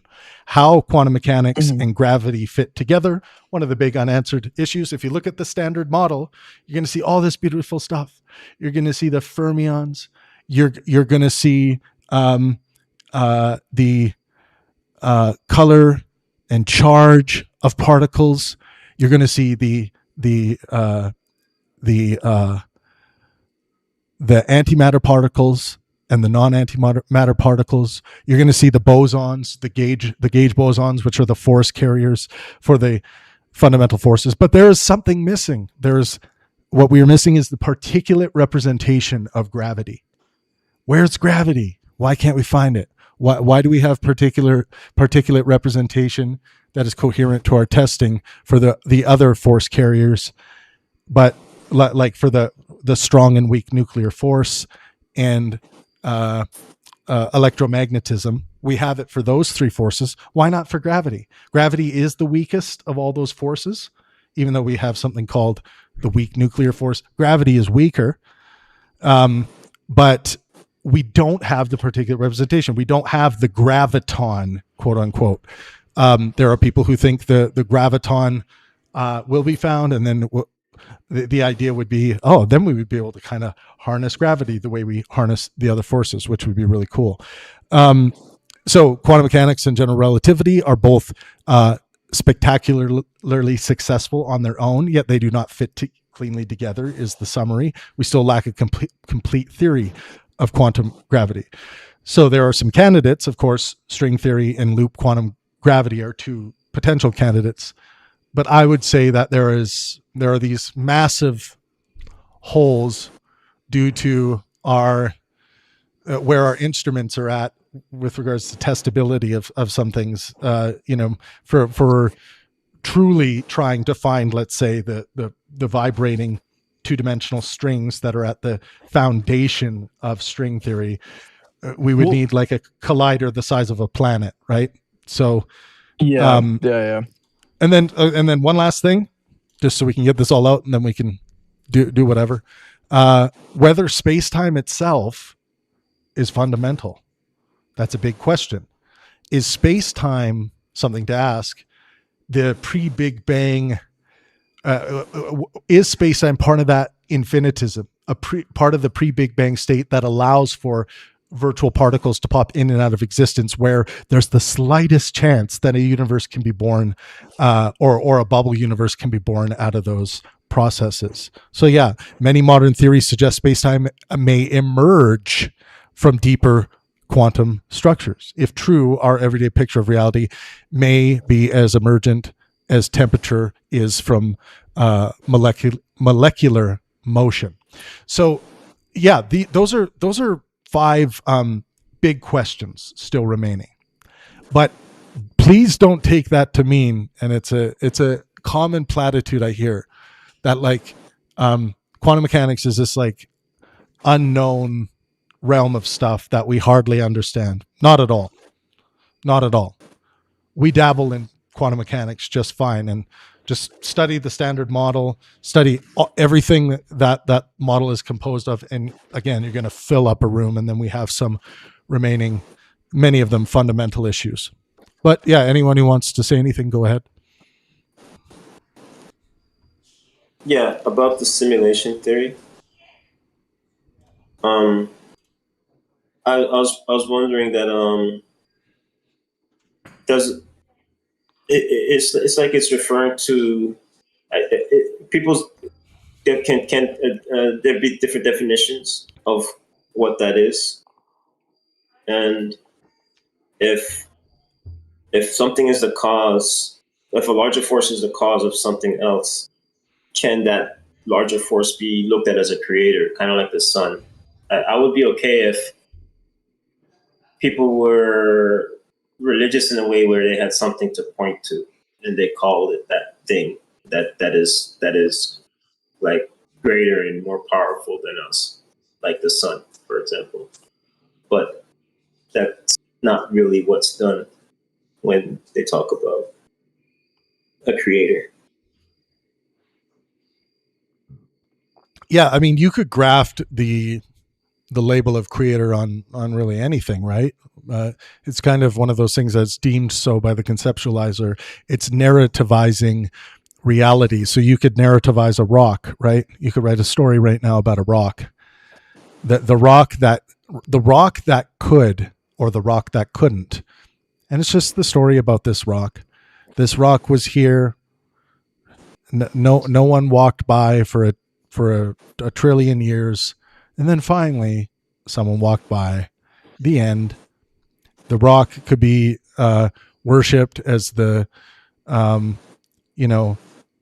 creator of loneliness. What am I to say? That's stupid. That's a stupid narrative. Yeah, I could say that. There's nothing epistemically valuable about that narrative. There could be ethical value in it, but I just think it's like when it comes to these things of labeling things creator, I think it's in the domain of art, and some people are acting as though it's in the domain of epistemology, and it should be taken epistemically serious. But the Milky Way can be called the creator, and I mean, it's powerful. We revolve around it. Yeah, as I was saying, a black hole could be a creator in a sense. I mean, yeah, you could call these things creators. Yeah. Yeah. I mean, your penis could be called a creator. Right? Well, technically. Yeah. I'd appreciate it if a person just came out and said that, if that was the case. You want people to say that too as you walk down the street? Okay. Ladies and gentlemen, this is what they want. I think that y'all No, are like a y'all father. place enough importance on those already. That Let's guy not- looks like a creator. Yeah. Yes, I agree with Robin on that one. Like a father to his son. Like, a father to his son. So, Travis, can I ask you something? Sure. We have a pretty big grasp on quantum mechanics as a whole, and we talked about the fundamental holes that we can't solve. And you went through the list. Yeah. Can't solve yet, for sure. My counterclaim to that, and maybe we're like, well, we'll just do time. Maybe it'll solve itself, and it will. But is the ability that it is unsolvable because we're in the simulation, or is it just the lack of breaking that barrier? Because my biggest, like, not conundrum, I won't even know what word to put on it, but like my biggest outlier on that is the quantum randomness, right? Like the unexplainable movements of electrons, I think is what it is. And I think it's like the deatomizing of, is it radiation or the radiation decay? I can't remember. It's something along those lines. Like there's a lot of questions of randomness that we cannot predict, even in like microscopic sub-atoms. And that, I feel like maybe it's just a lack of technology, but it's like maybe everything, there is certainty, but we don't have the technology to prove the certainty. So everything is still probability, if that makes sense. Well, I mean, certainty is almost certainly unattainable. So that's not the goal. It's never the goal in science. That's not how science functions. These models we make in science are all provisional. They're all open to update. So there is no illusion. There is no illusion that the work is done on anything. Same goes for mathematics, by the way, even though there are a lot of mathematicians who are dogmatists out there thinking that, because they can't imagine how something could be contradicted, that they think the work is done. But mathematicians have been some of the most notorious dogmatists who have been, demonstrated to be just false, and there was no good reason for them to become dogmatists about a pet theory, or a pet notation, pet equation. So it's just never wise to put your stake in the ground and say this will always be the case or is the case in all possible worlds. It's just we need to move away from that. We need to adopt fallibilism as a first principle, have that as a necessary constraint on our epistemology, on our knowledge making, so that we can just remind ourselves that however much we feel like we're done here and there's nothing ever else to be done, we should, that. Well, no, I don't agree with that at all. I'm not saying you. No. Oh, yeah. I'm not saying. I'm speaking out to the ether right now. I'm not speaking to you. Nobody here has done this. But there are certain places out there. Religion is one of them. Getting back to atheism versus theism today, religion is one of them where we do see this kind of dogmatism and certainty posturing about this kinds of stuff. And someone just said that laughed my ass off. My math degree is aching. It's a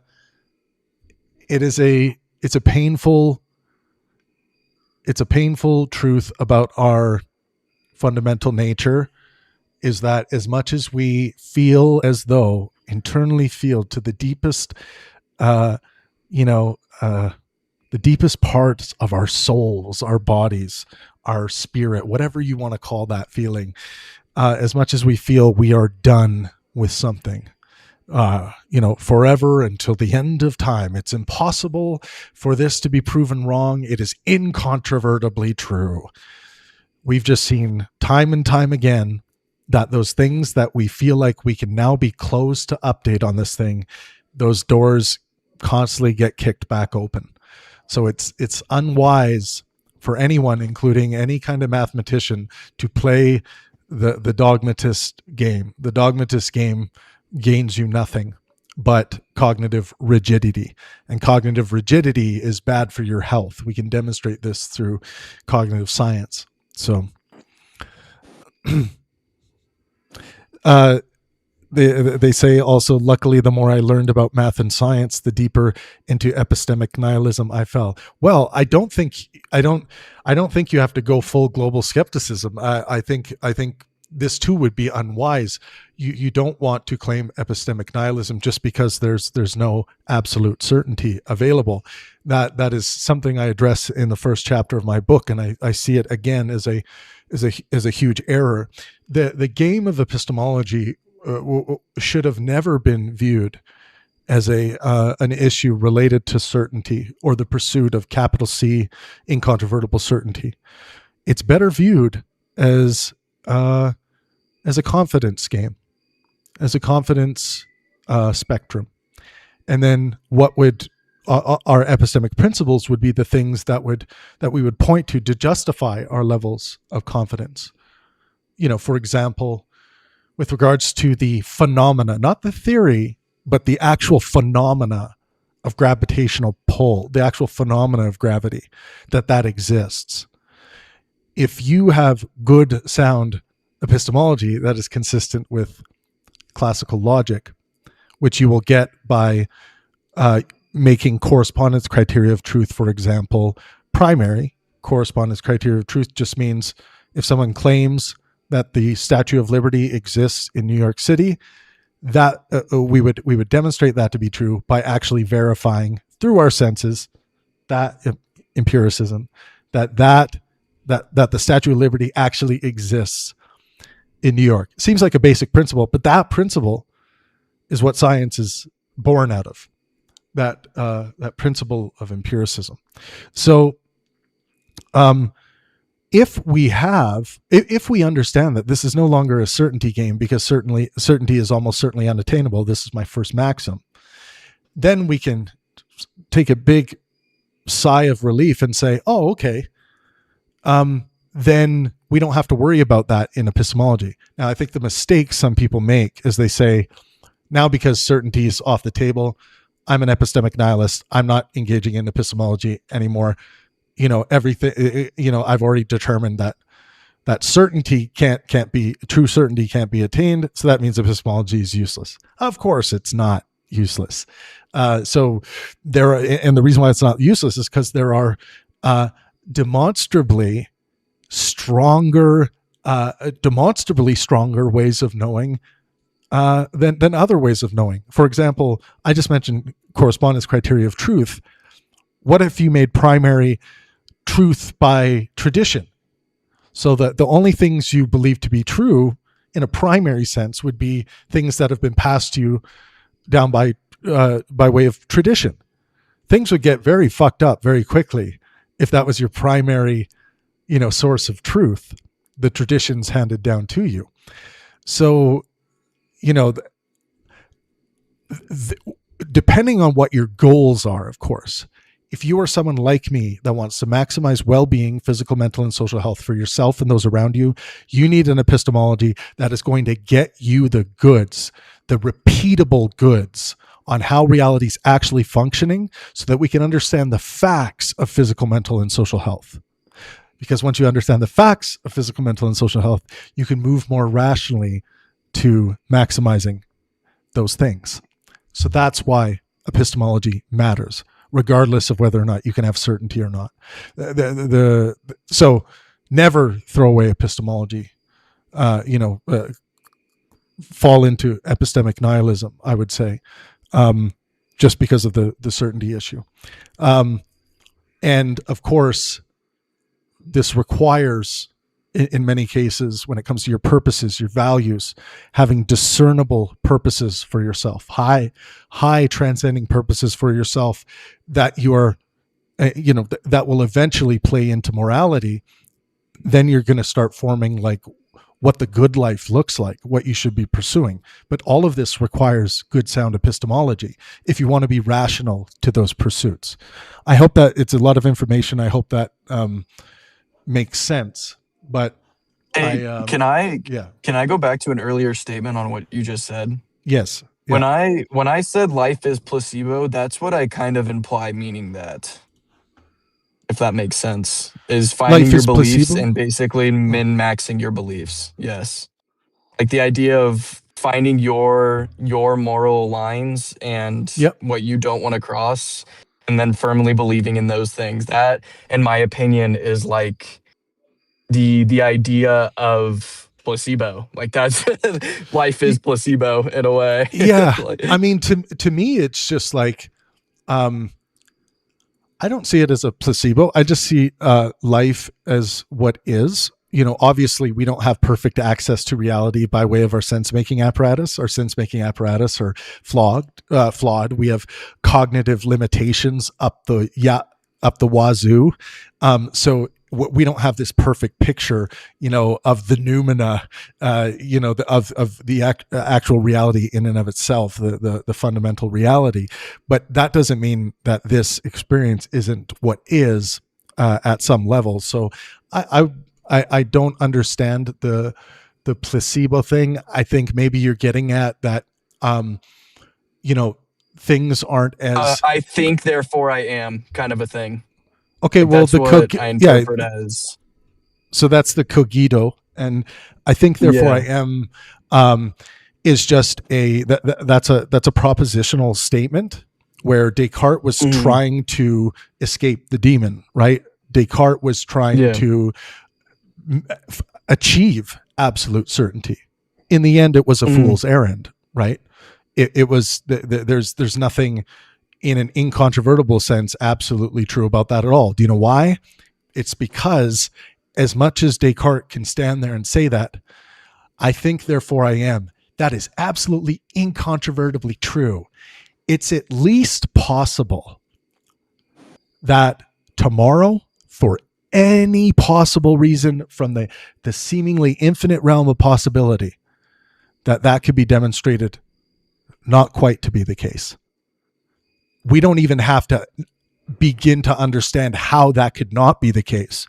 It would be logically fallacious for us to say, because we can't imagine, us as, you know, thinking apes, we can't imagine how to defeat the cogito, then that means it's incontrovertibly certainly true. That's a logical fallacy just because we can't imagine it. It's an argument from incredulity.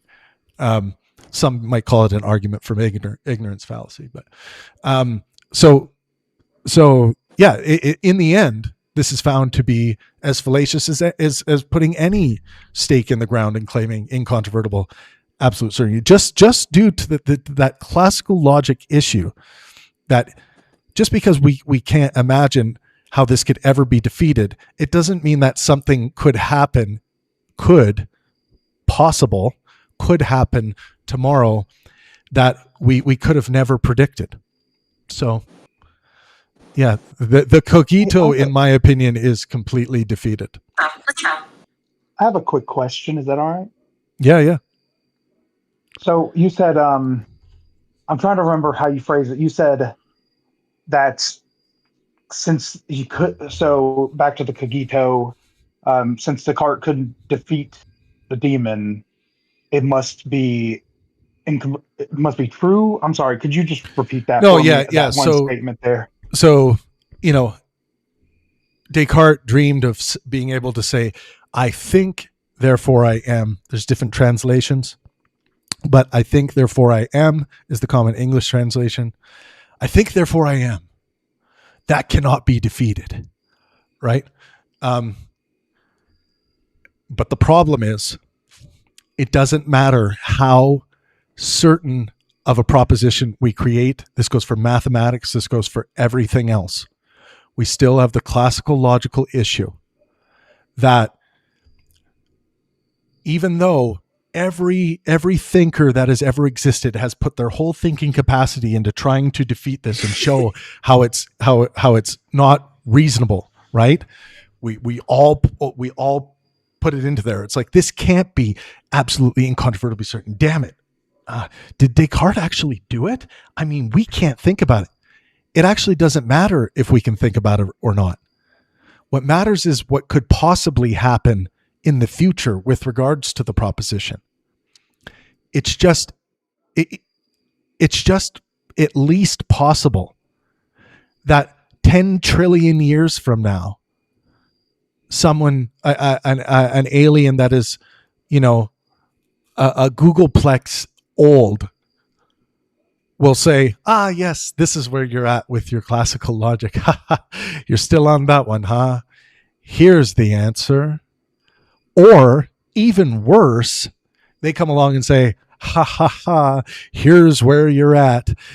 I wish I could give you the answer, but there's something in apeness, your ape brain, which is part of your fundamental genetic makeup, that doesn't allow me to be able to get across to you the higher order logical issue that is staring you right in the face, but you're unable to see it. These things are science fiction, right? But they are not demonstrated to be impossible to happen. If you could demonstrate one of these scenarios to be impossible to happen, then you can eliminate that one. But nothing has ever been demonstrated to be impossible for this very same issue we are talking about right now, because impossible begs absolute certainty. Yeah, but thanks. I think, I was just like, because when you were saying it, it just reminded me to something that was said earlier, just in regards to theism and everything. It's pretty much was like a very similar to, I guess, an argument you may have said earlier. I can't recall. I'm trying to remember it specifically, but I just liked it. It helped clarify some things, basically. So cool. Yeah. And don't let the certaintist posturing get you down. This should mean precisely fuck all to your life for the most part. And what I mean by that is possibility ought not weigh into your epistemic standards. Your epistemic standards are responsible for what you come to know about reality. So this doesn't mean you can't know anything anymore. It just means knowing has absolutely fuck all to do with certainty, the pursuit of certainty, the pursuit of the elusive gem of absolutism. It's like, no, that fine, go away. We're not interested anymore. What we're going to focus on is good sound epistemology made sound by logical standards, and normative issues like ethics, like what is the good life, wisdom, the 6 Pangburn virtues and maxims. Maybe we'll do that the next episode. But anyways, everyone, we are out of time for today. I want to thank everyone that joined us today. It was a lot of fun. We got a lot of new members. And don't worry, for anyone who still wants to keep talking, we have off-air voice channels. We often say it's now Tav time. Trav's Tavern is right there. It's a voice channel where we go to chill after shows. If you're on YouTube right now, just click the Discord link. I'm going to give it to you guys right here. Just click this Discord link. It will connect you to the Pangburn Universe Discord server. And you can come in, mingle, meet some people, enjoy the community. It's here for all of you. I'm just the host of this madness. But special thanks to Perry and Robin for helping out with the hosting today while I grab something to eat. I love you all, and please make sure you are out there maximizing well-being, physical, mental, and social health for yourself and those around you.